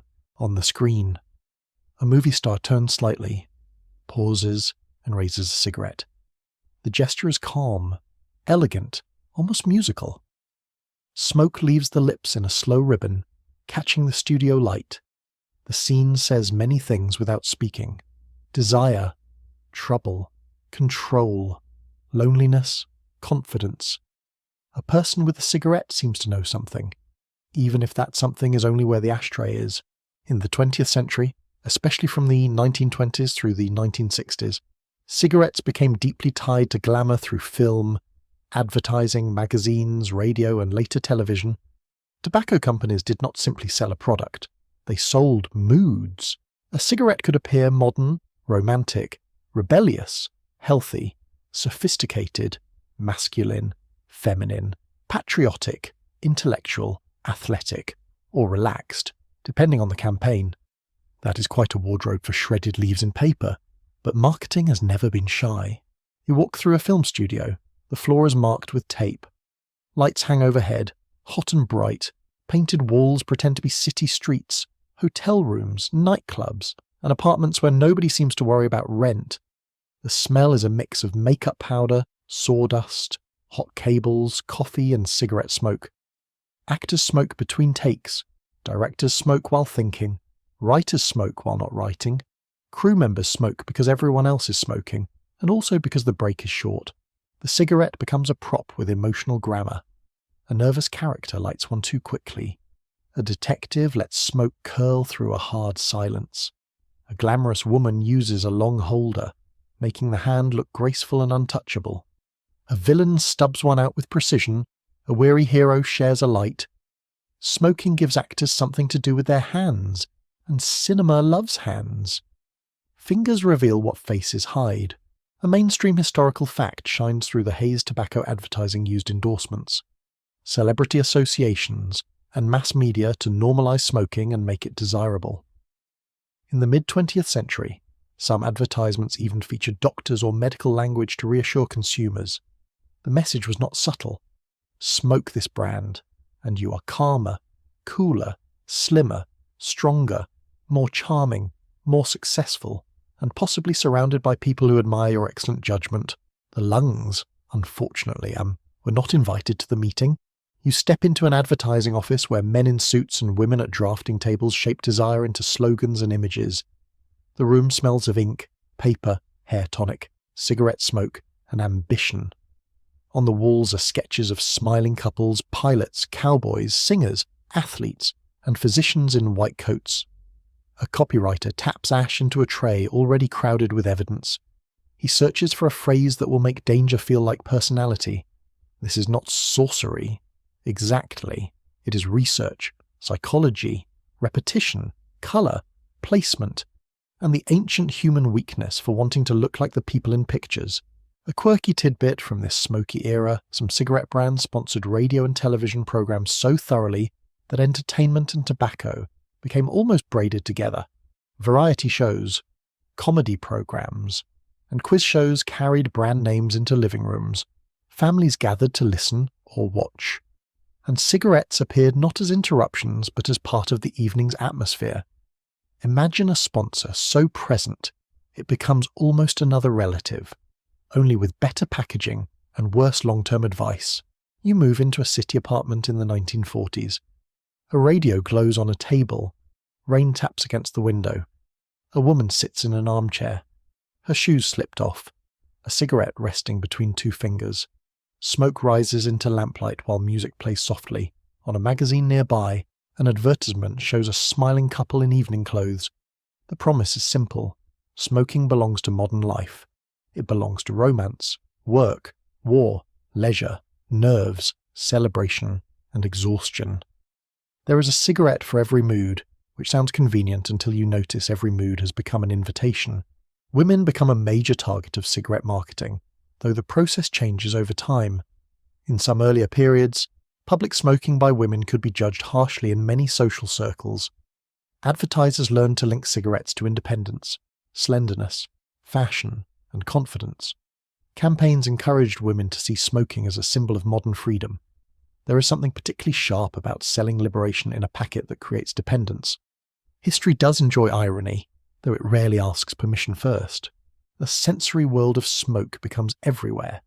Restaurants have ashtrays on tables, train cars carry a permanent stale scent, office desks hold lighters, matchbooks, and overflowing trays. Hotel lobbies smell of polished wood and cigarettes. Nightclubs glow blue with smoke under saxophone notes. Even homes absorb it into curtains, wallpaper, coats, and books. A cigarette is personal when held, but communal when exhaled. Everyone in the room receives a little bit of the lifestyle, whether they ordered it or not. Historians still argue how much Hollywood independently reflected a smoking society and how much it amplified smoking through paid placements, celebrity contracts, studio habits, and visual glamour. The boundary is difficult to draw. Stars smoked because people smoked. People smoked because stars smoked. Companies noticed both and leaned forward with checkbooks. Culture and commerce danced together in the haze. Stepping on a few toes and several million bronchial tubes, you sit again in the theatre as the final scene unfolds. A man in a trench coat stands beneath a street lamp. A woman looks back through smoke. The city is painted in shadows. The cigarette ember brightens, fades, brightens again. The audience watches in silence, learning not facts, but feelings. Smoking becomes beautiful because the camera makes it beautiful. It becomes adult because adults on screen do it. It becomes thoughtful because thoughtful characters pause with smoke around them. Outside, after the film, people spill onto the pavement. Neon signs reflect in puddles. A young man copies the star's gesture, lighting a cigarette with studied care. A woman laughs and exhales toward the night sky. The smoke disappears above the street, but the image remains. Tobacco has found one of its most powerful forms, not just plant, product, or habit, but mood. It sells the dream of being seen in flattering light, even when the room is dark and the smoke is already settling into the walls. You enter a quieter room now, far from the theatre lights and smiling advertisements. This room has white walls, metal cabinets, glass slides, paper files, and the faint smell of disinfectant, ink, coffee, and tired concentration. Outside the windows, traffic moves through a city where people are still smoking in buses, offices, restaurants, hospital corridors, and waiting rooms. Inside, researchers lean over tables and begin asking a question that will not stay politely buried. What is smoking doing to the body? The atmosphere is not dramatic at first. There is no thunderclap, no single moment when everyone suddenly understands. Science rarely enters history wearing a cape. It arrives through records and comparisons, autopsies, interviews, statistics, laboratory work, and long arguments in rooms where the ashtrays are, awkwardly enough, often full. Doctors had noticed troubling patterns for years, but noticing is not the same as proving. The 20th century has given tobacco glamour, speed, and mass reach. Now it begins giving medicine a trail of evidence. A major historical fact takes shape by the mid-20th century. Large epidemiological studies increasingly link cigarette smoking to lung cancer and other serious diseases. Researchers compared smokers and non-smokers, studied hospital patients, followed populations over time, and found patterns too strong to dismiss. The evidence did not come from one lonely scientist tapping a chart and saying, "Well, that looks bad." It came from many studies, in different places, building pressure like water behind a dam. You walk through a hospital ward in the 1950s. The floor is polished and cold underfoot, sheets rustle, a trolley squeaks. Somewhere, someone coughs in a way that changes the air around everyone who hears it. Nurses move softly between beds. Doctors speak in low voices. In another room, a man holds a cigarette before a medical appointment, because habit is not easily interrupted by irony. Smoke curls beside a poster about health. History, as usual, has no shame. The body's evidence is intimate and unforgiving. Lungs that should be pink and elastic may be darkened and damaged. Airways may be inflamed. Breathing may become labour. Cigarette smoke contains tar, gases, and many chemicals that affect tissue, blood vessels, and cells. Nicotine reinforces dependence, keeping people returning to the smoke even when doubts begin to gather. The danger is not always immediate, which makes it easier to ignore. A cigarette does not announce tomorrow's illness with a polite calendar invitation. It simply burns, and the future keeps notes. You enter a research office where stacks of questionnaires sit beside statistical tables. The smell is paper, dust, tobacco, and strong tea. A scientist reads survey answers: age, occupation, smoking history, number of cigarettes per day, symptoms, diagnosis. The work is repetitive, but repetition is the point. One story can be tragic. Thousands of stories can reveal a pattern. Numbers become a way of listening to suffering at scale. A quirky detail belongs to this unsettling moment. Some of the early debates about smoking and disease took place among doctors who smoked while discussing the evidence. Medical conferences, hospital lounges, and research offices could be filled with smoke even as papers on smoking hazards circulated. It sounds absurd now, but people live inside the habits of their own age. Seeing clearly through smoke is difficult when everyone keeps lighting another one. Public reaction is uneven. Some people believe the warnings quickly, others shrug. Some say their grandfather smoked every day and lived to 90, which is the official anthem of statistical misunderstanding. Tobacco companies emphasize doubt, individual choice, alternative explanations, and the fact that not every smoker gets sick. This last point is true, but not comforting in the way advertisers hope. Risk is not a prophecy for each person. It is a loaded dice cup, shaken millions of times. The scientific uncertainty of the period matters. Researchers still debated exactly how smoke caused disease, which components were most harmful, and how to separate smoking from other factors such as pollution, occupation, class, and urban life. Some critics argued that correlation did not prove causation. That argument had to be answered carefully, and over time it was. Different kinds of evidence began supporting one another: population studies, dose-response patterns, animal experiments, pathology, chemistry, and the observation that heavier smoking brought higher risks. Historians still argue whether the public would have accepted the dangers sooner if the science had been communicated differently, or whether industry messaging, cultural attachment, addiction, and social norms made delay almost inevitable. The question is not simple. People do not abandon beloved habits just because a report appears, especially not when the habit is cheap, visible, advertised, shared with friends, and tucked into every emotional corner of daily life. You sit in a kitchen in the early 1960s. A radio plays softly. A newspaper lies open on the table with an article about smoking and cancer. The room smells of toast, coffee, furniture polish, and cigarette smoke absorbed into curtains. A person reads the article, frowns, then reaches for a cigarette almost without thinking. The hand knows before the mind decides. That is dependence in its quietest costume. In laboratories, scientists study smoke condensate, cell changes, and chemical compounds. In clinics, physicians see patients struggling for breath. In government offices, officials consider whether warnings are needed. In company boardrooms, executives consider how to protect sales. The debate is not only medical, it becomes legal, political, economic, and deeply personal. A product once sold as glamour is now being measured against mortality, and glamour does not enjoy being asked for receipts. The atmosphere grows heavier, but not hopeless. Knowledge is forming, slowly, unevenly, with resistance and confusion. Society begins to understand that the beautiful smoke has a cost written inside the body. The cigarette remains in pockets and purses, on desks and bedside tables, but now it carries a shadow. Every glowing tip becomes a small question. Night falls outside the research building. Windows reflect rows of fluorescent lights. A scientist closes a file and rubs tired eyes. In the street below, someone lights a cigarette beneath a lamp, inhales, and walks on. Smoke rises into the dark, delicate as ever, almost graceful. Yet now you can sense what earlier generations could not fully see inside that soft cloud are patterns, illnesses, arguments, and the beginning of a long public reckoning.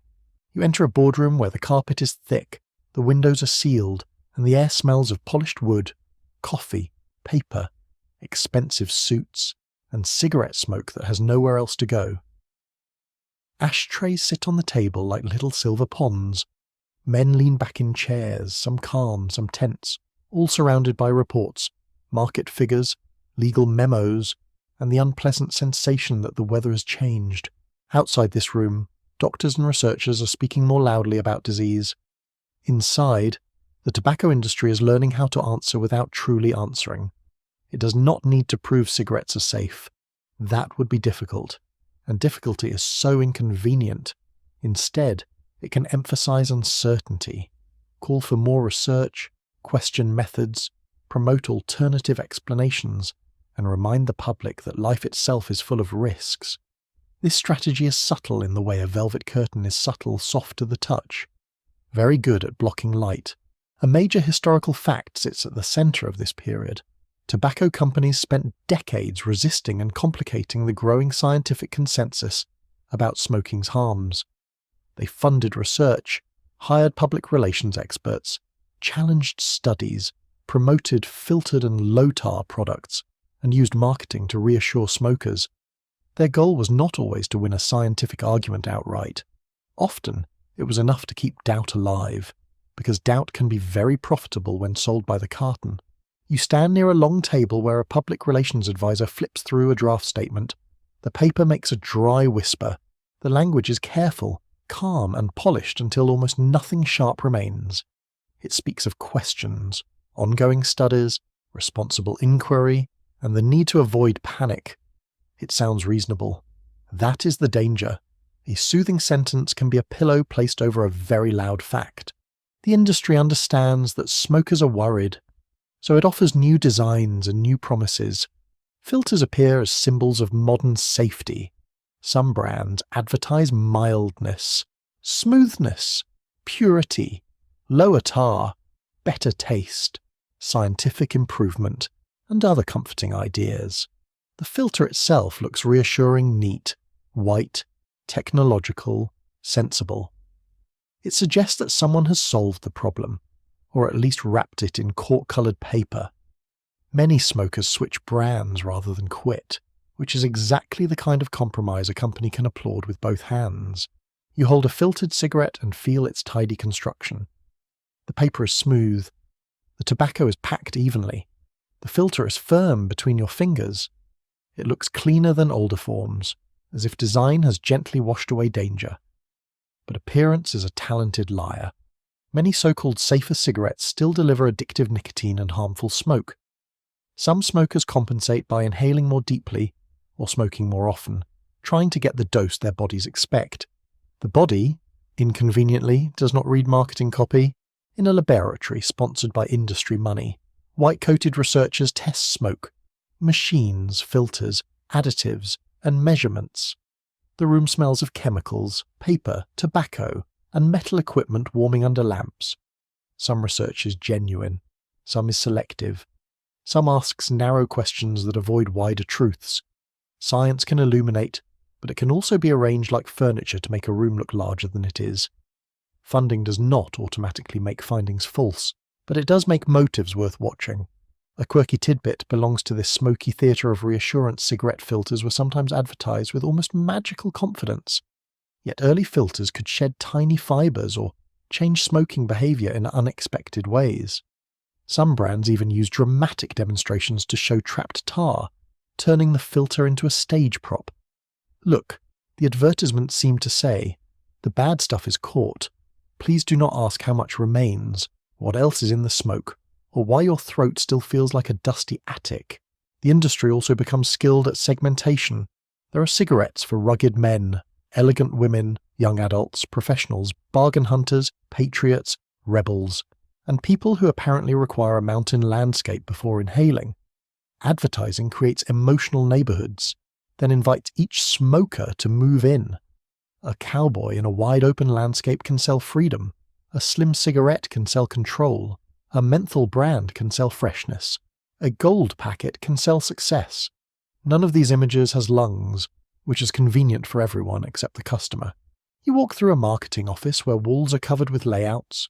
The room hums with fluorescent light. Designers adjust colors. Copywriters search for words that imply safety without saying too much. Researchers study consumer fears, habits, loyalties, and aspirations.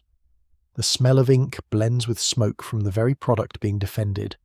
There is something almost too perfect about people smoking while planning how to keep others smoking. History rarely writes satire this efficiently, but here it barely has to try. The legal landscape grows more complicated.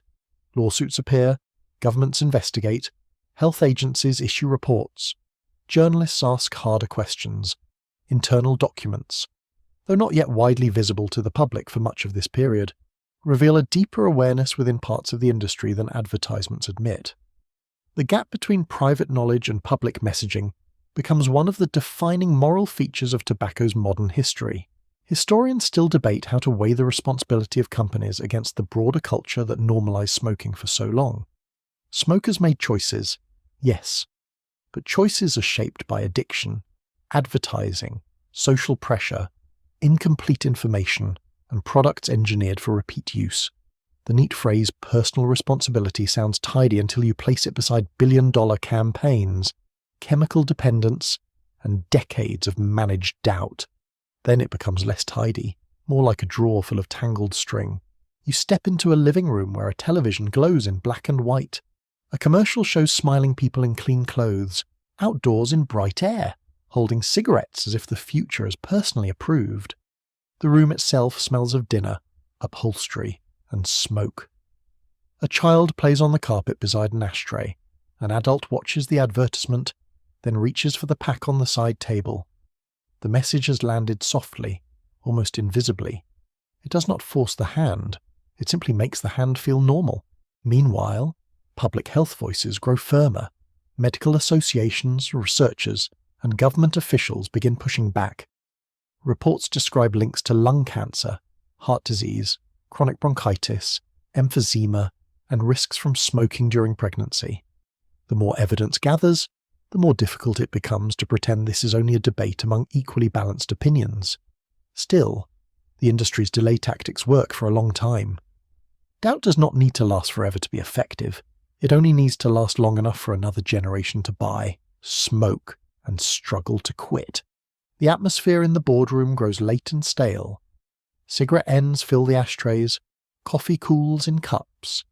A memo is folded and placed in a file. Someone opens a window, but the smoke has already settled into curtains, jackets, carpets, and decisions. Outside, the city moves through evening traffic, carrying millions of smokers who have heard warnings, reassurances, jokes, denials, and promises. Tobacco has become an empire defending itself with science-shaped language, polished images, legal caution, and emotional precision. The plant is no longer only in fields or factories. It is in courtrooms, laboratories, advertisements, living rooms, and the carefully managed space between what is known and what is admitted. The smoke looks soft as it rises, but inside it now lives a struggle over truth, money, memory, and the right to breathe without being sold a beautiful confusion. You step into a government office where the lights are too bright, the chairs are too firm, and the ashtrays are beginning to look strangely out of place. The air smells of paper, floor polish, coffee, wool coats damp from rain, and the last stubborn traces of cigarette smoke clinging to curtains that have survived too many meetings. On the table lie reports, draft regulations, public health posters, legal notes, and letters from citizens who are worried, angry, relieved, skeptical, or simply tired of breathing other people's habits. A new kind of authority gathers here. Not the authority of kings praising wonder herbs, not the authority of advertisers promising glamour, but the slower, heavier authority of public health. It speaks in population risk, warning labels, age restrictions, education campaigns, Taxes, smoke-free spaces, lawsuits, and policies that make daily life feel different one doorway at a time. By the late 20th century, many governments began requiring health warnings on cigarette packages, limiting tobacco advertising, raising tobacco taxes, restricting sales to minors, and banning smoking in more public places. These measures did not arrive all at once. They moved unevenly across countries, cities, airlines, offices, restaurants, schools, and hospitals. The old smoky world did not vanish with a neat little sigh. It argued, coughed, complained about freedom, and asked where exactly it was supposed to stand now. You walk into a hospital corridor where a new sign has been fixed to the wall. No smoking. The letters are plain, almost boring, yet they mark a quiet revolution. For decades, smoke had drifted through waiting rooms, doctors' lounges, and sometimes even patient areas. Now the hospital begins to claim clean air as part of care. The floor shines beneath fluorescent lights. Rubber soles squeak softly. The smell is antiseptic, linen, and a faint cafeteria soup. Missing from the air is the blue haze that once made every hallway look like a detective film with worse ventilation. A mainstream historical fact stands firm here. Public health campaigns against tobacco were driven by growing evidence linking smoking to lung cancer, heart disease, chronic obstructive lung disease, stroke, and other harms.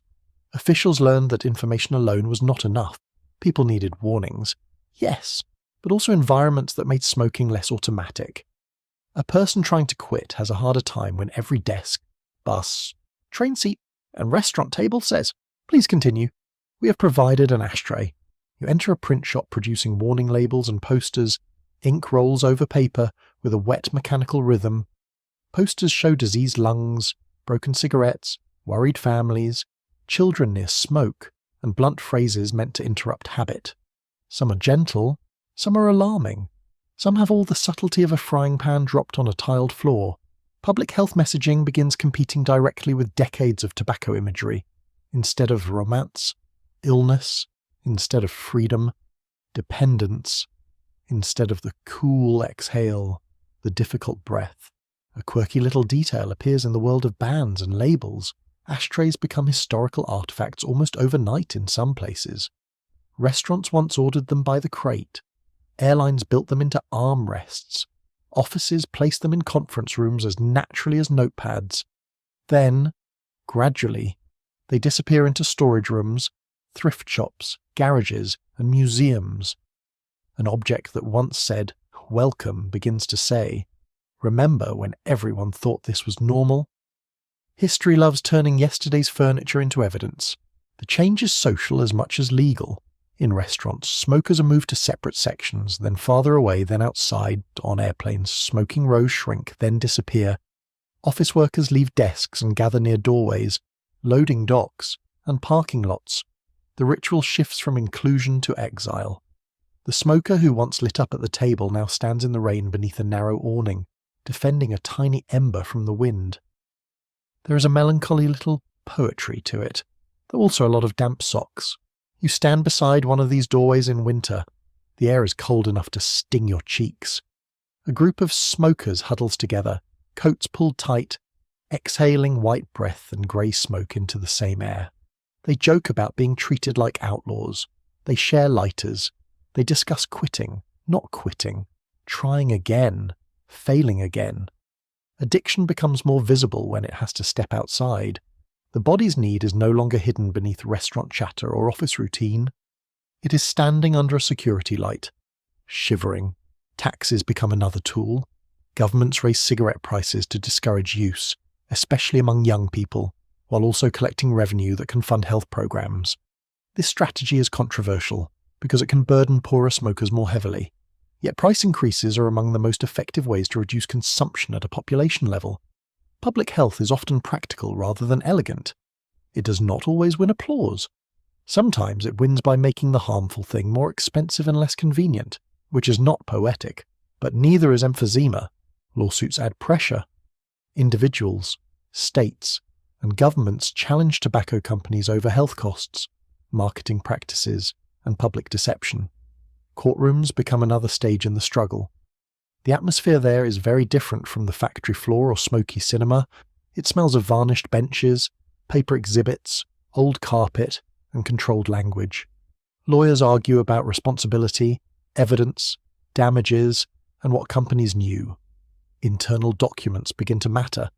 Words written in offices return years later with sharper teeth. Historians still argue whether smoking declined mainly because of medical knowledge, regulation, taxation, lawsuits, cultural stigma, or changing ideas of respect for shared air. The answer depends on place, class, gender, generation, and policy. Some people quit because a doctor warned them, some because cigarettes became too costly, some because their workplace banned smoking, some because children asked them to stop, some because the smell, once glamorous, began to seem stale. Culture changes not like a curtain falling, but like wallpaper peeling at many corners. You move through a school where children learn about tobacco risks from a health teacher standing beside a diagram of lungs. The room smells of pencil shavings, chalk dust, and lunch boxes. A few students giggle at the awkwardness of adult warnings. Others listen because someone at home smokes. Education plants doubt early, before the first cigarette becomes a companion. Not everyone will avoid it, but the old innocence is gone. Tobacco can no longer pretend to be merely stylish. It now arrives carrying a warning in bold print. Even packaging changes. In some countries, warning labels grow larger. Graphic images appear. Brand colours are restricted or removed. Plain packaging turns the packet from a pocket-sized advertisement into something colder, more official, and harder to romanticize. The pack itself becomes contested territory company identity on one side, public health warning on the other, a tiny battlefield, sold at the counter. Evening settles over a city with cleaner indoor air than it once had. Bars still murmur, cafes still glow, trains still arrive with tired passengers, but the old blanket of smoke has thinned. You can smell food more clearly in restaurants, rain more clearly through open doors, perfume, coffee, soap, and the ordinary human atmosphere no longer buried quite so deeply beneath ash. Public health has not ended tobacco. It has changed the terms. The cigarette is no longer simply a glamorous prop or friendly break. It is regulated, labelled, taxed, challenged, and pushed to the edges of shared space. The smoke still rises, but now it rises under signs, warnings, rules, and watchful eyes. A habit that once filled rooms without asking has finally been asked to leave the room, and history listens as the door closes softly behind it.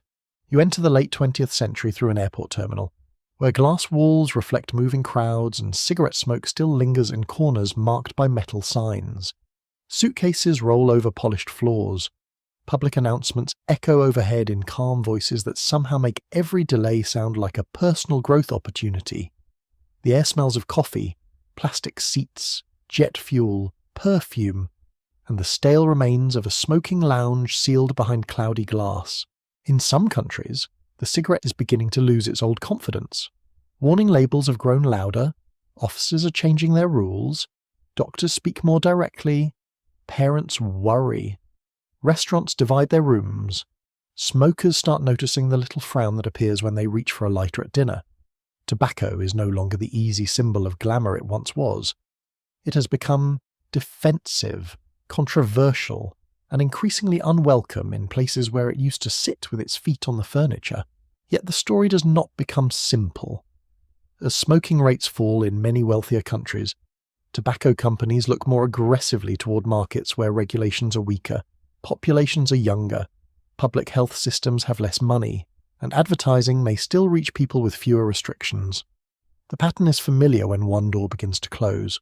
Commerce checks whether another door has a cheaper lock. A mainstream historical fact anchors this shift during the late 20th century. Tobacco consumption declined in many high-income countries, while companies expanded marketing and sales efforts across parts of Asia, Africa, Latin America, and Eastern Europe. This did not happen in one identical way everywhere. Each country had its own laws, culture, economy, and smoking traditions. But the general movement was clear enough. Tobacco was becoming more contested in older markets, so new growth had to be found elsewhere. You walk through a busy city street in Southeast Asia, or Eastern Europe, or Latin America, not as a single place, but as a pattern of urban life repeated with local colours. Motorbikes hum, buses cough at intersections, food stalls hiss with oil and steam, a vendor sells packets beside gum, matches, phone cards, and sweets. The tobacco display is bright and orderly, stacked at eye level, full of colours that promise coolness, strength, elegance, affordability, and modern life. Smoke mingles with grilled meat, rain on pavement, incense, exhaust, and the sweet smell of fruit cut open at a stall. The advertisements are bold. A cigarette brand sponsors music, sports, fashion events, festivals, billboards, or glossy shop signs. Young adults laugh in images that look sunlit and free. Men appear successful. Women appear stylish. Mountains, beaches, speed, nightlife, and friendship all gather around the product like flattering cousins at a wedding. The illness is absent. The craving is invisible. The warning, if present, is small enough to seem like a shy apology at the bottom of the frame. A quirky tidbit sits in this global expansion in some places. Tobacco companies adapted flavours, pack sizes, prices, and branding to local habits with remarkable precision. Single cigarettes, sometimes sold one by one, allowed people with little cash to buy tobacco without purchasing a full packet. That made the habit easier to begin and harder to track. It is difficult to build a public health wall when the product can slip through as a single stick sold beside candy and bus fare. You follow a young office worker standing outside a building at dusk. The pavement is still warm from the day. Neon signs flicker on. He lights a cigarette with a plastic lighter and exhales toward traffic. To him, it may not feel like a global strategy. It may feel like a break, a taste, a social cue, a way to stand with colleagues and not look lonely. That is part of tobacco's power. The enormous machine becomes personal at the final moment. The corporation disappears, and only the hand, the breath, and the small glow remain. In another place, a woman buys a slim branded pack from a kiosk. The packet is designed to look clean, fashionable, almost cosmetic. It slips easily into a purse. Advertising has learned that identity can be tailored, where public smoking by women has carried stigma. Companies can frame cigarettes as modern, independent, elegant, or rebellious. Where masculine smoking dominates, they can sell strength, adventure, or status. The message changes costume but keeps the same appointment. The tactile world of these new markets is vivid. Foil crinkles under fingertips. Cellophane peels away with a soft snap. A packet opens like a small ritual of purchase and permission. The cigarette paper is smooth, the filter firm, the tobacco smell dry and faintly sweet. Around it, the city moves quickly, horns, footsteps, music from a shop, a child calling from a doorway, rain beginning suddenly against metal awnings. Smoke rises, then disappears into humid night. Historians still debate how much responsibility for continued global tobacco use should be placed on multinational companies compared with the local governments. Cultural traditions, poverty, stress, informal economies, and consumer choice. The question matters because blame that is too simple can miss how power actually works.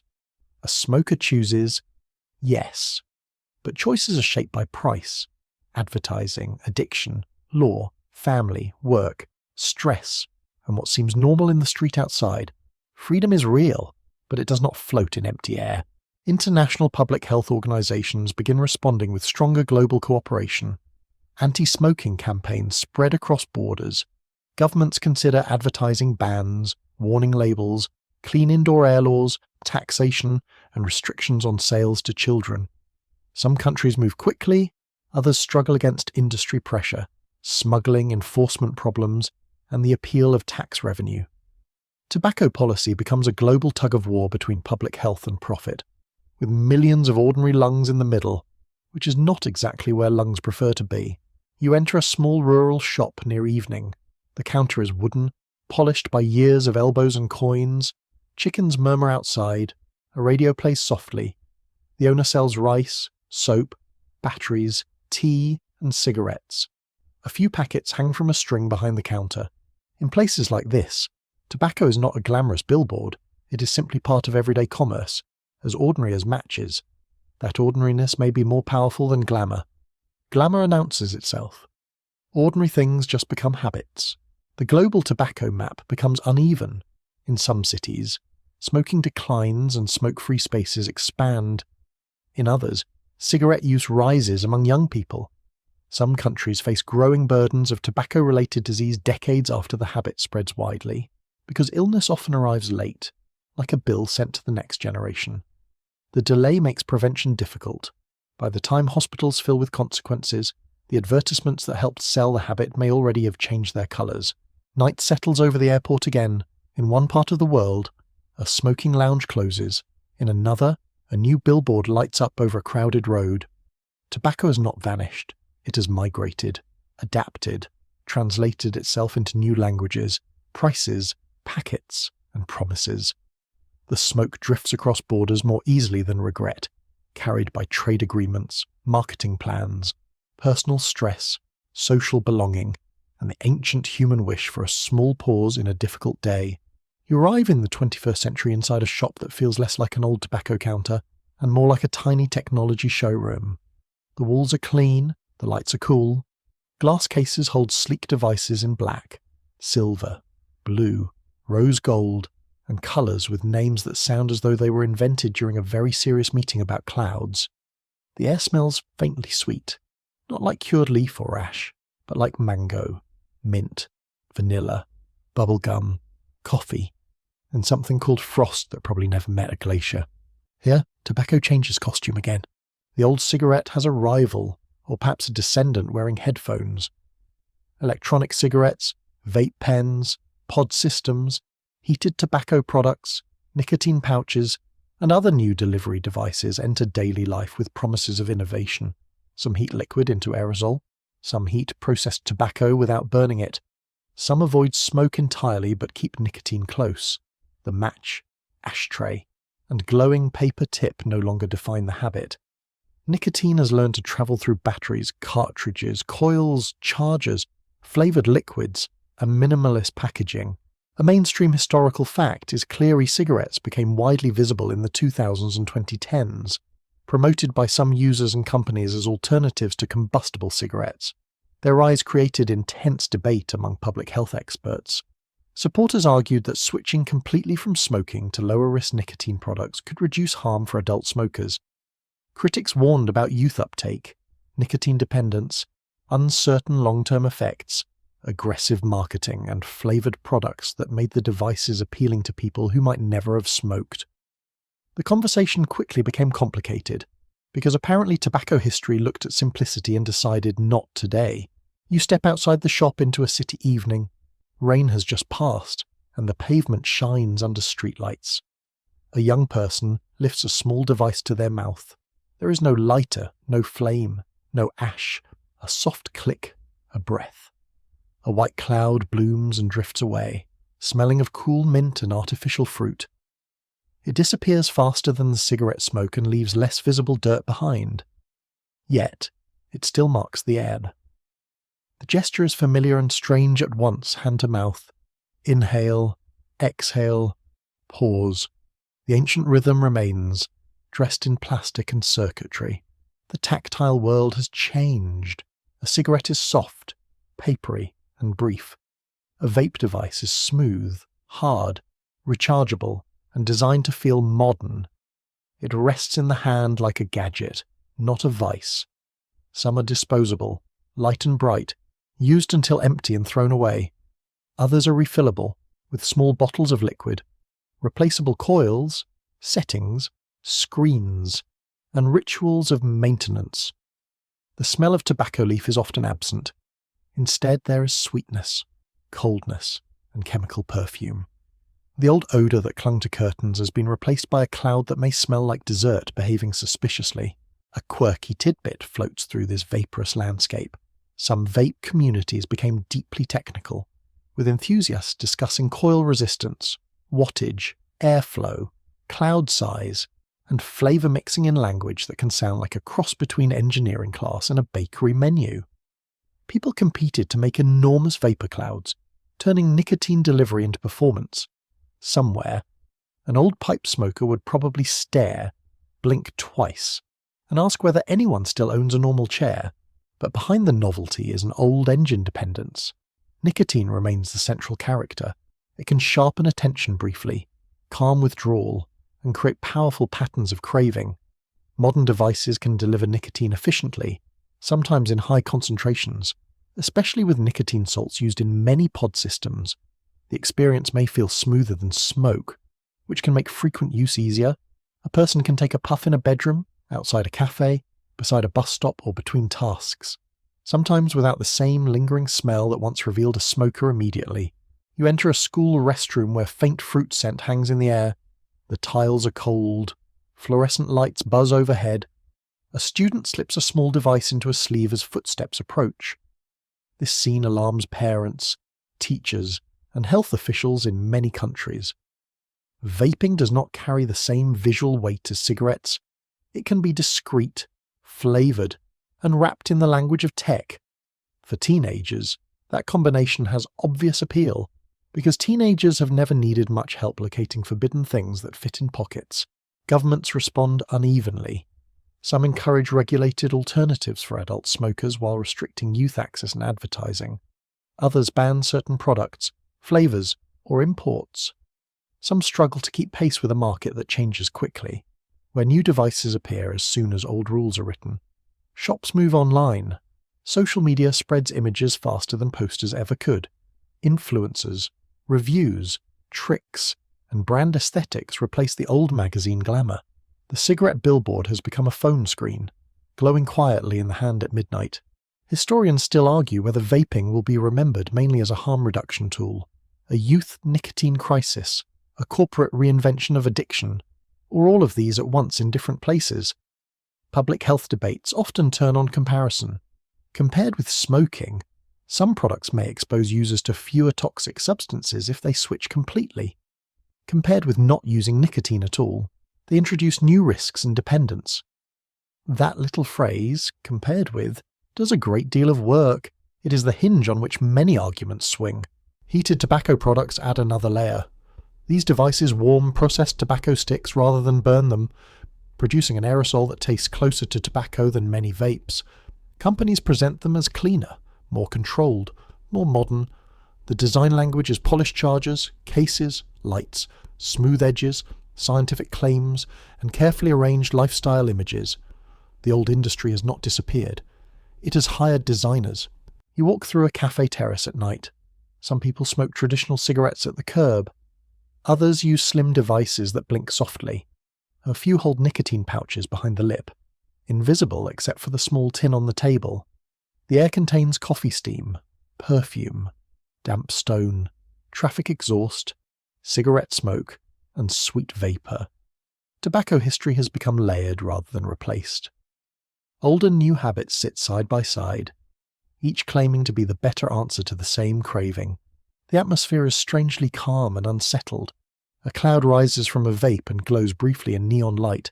It looks almost weightless. Yet inside that cloud are questions about chemistry, regulation, adolescence, adult choice, corporate power, addiction, and the future of smoking itself. Nicotine has survived by changing forms whenever the world changes around it. Sacred leaf became pipe smoke, snuff, cigar, cigarette, filtered brand, warning-labelled pack, and now device, pod, pouch, and heated stick. As the city quiets, a shop sign switches off. The glass cases go dark. Somewhere. A discarded disposable vape lies in a gutter beside a cigarette butt, both small relics of appetite.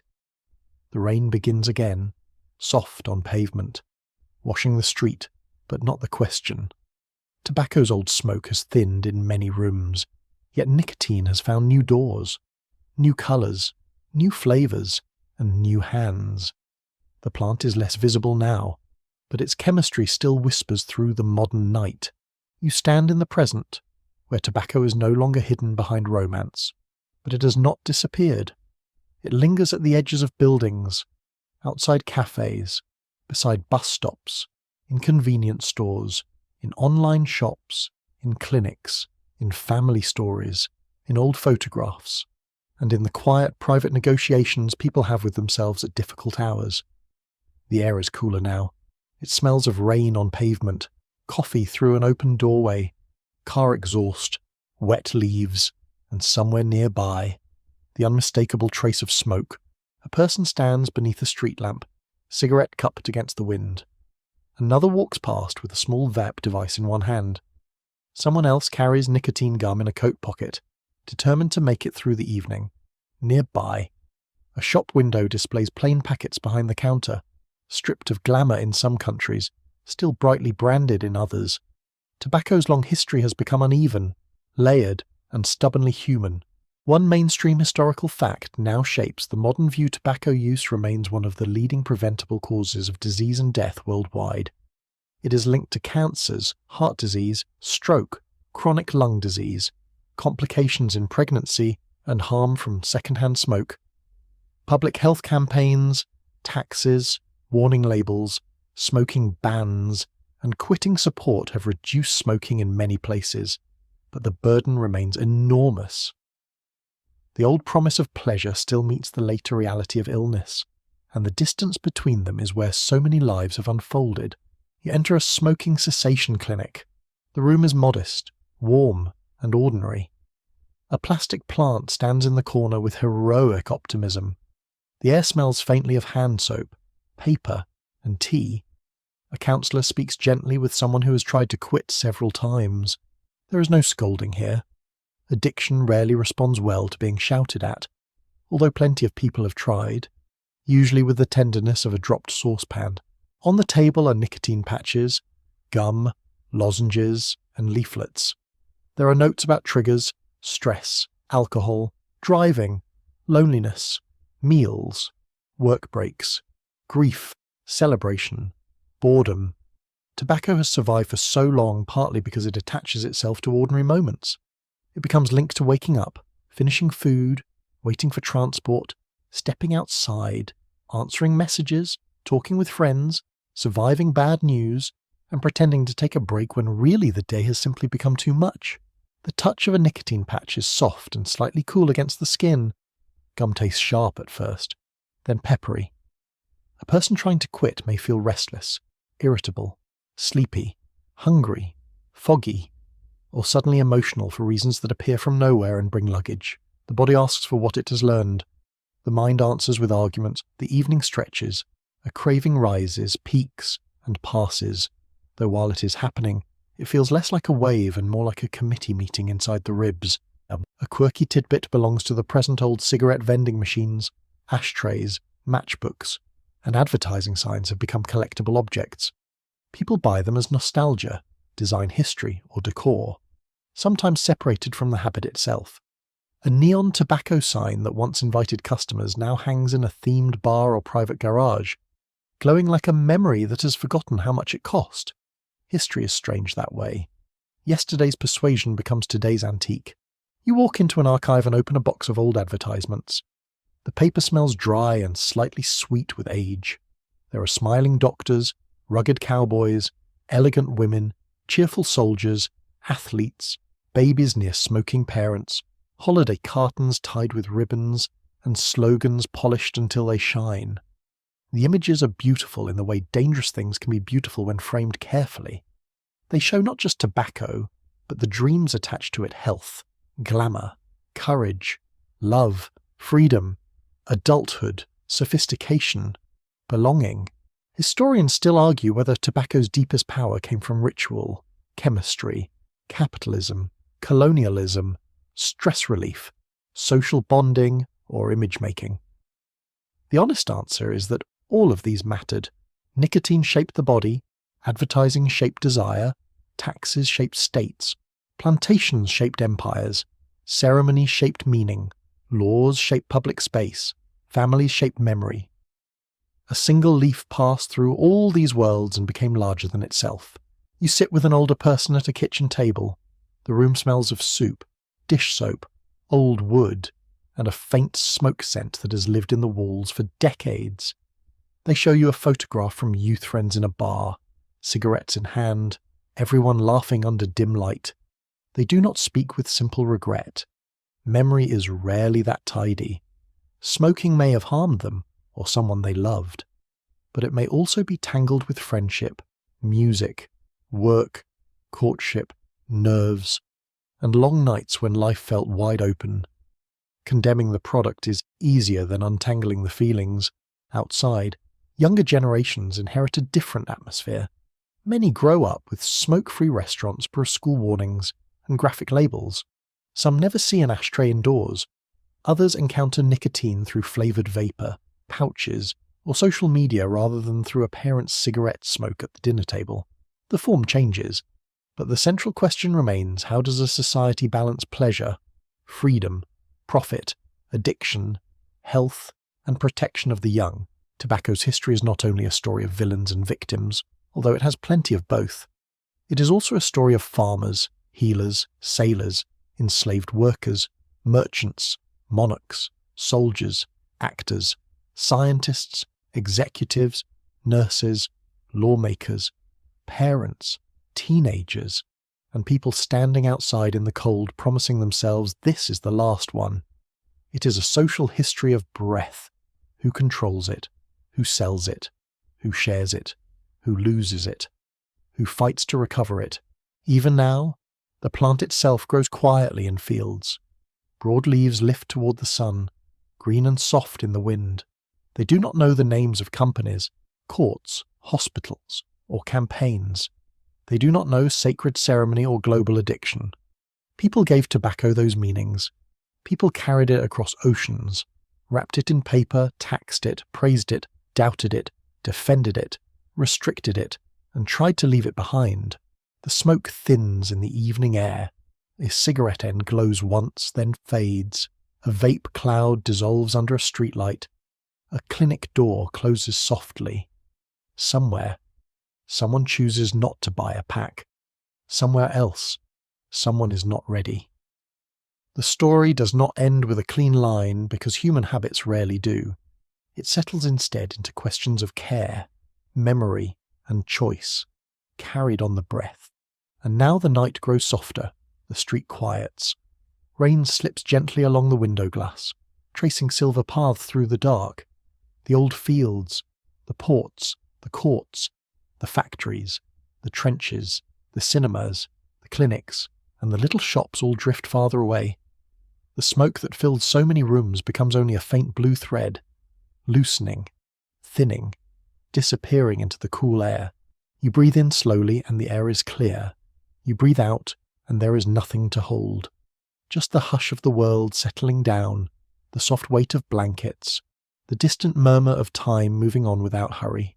The leaves are still. The lamps are low. The long road of tobacco fades into memory, and you may let it go now, gently, like ash carried away on a quiet night.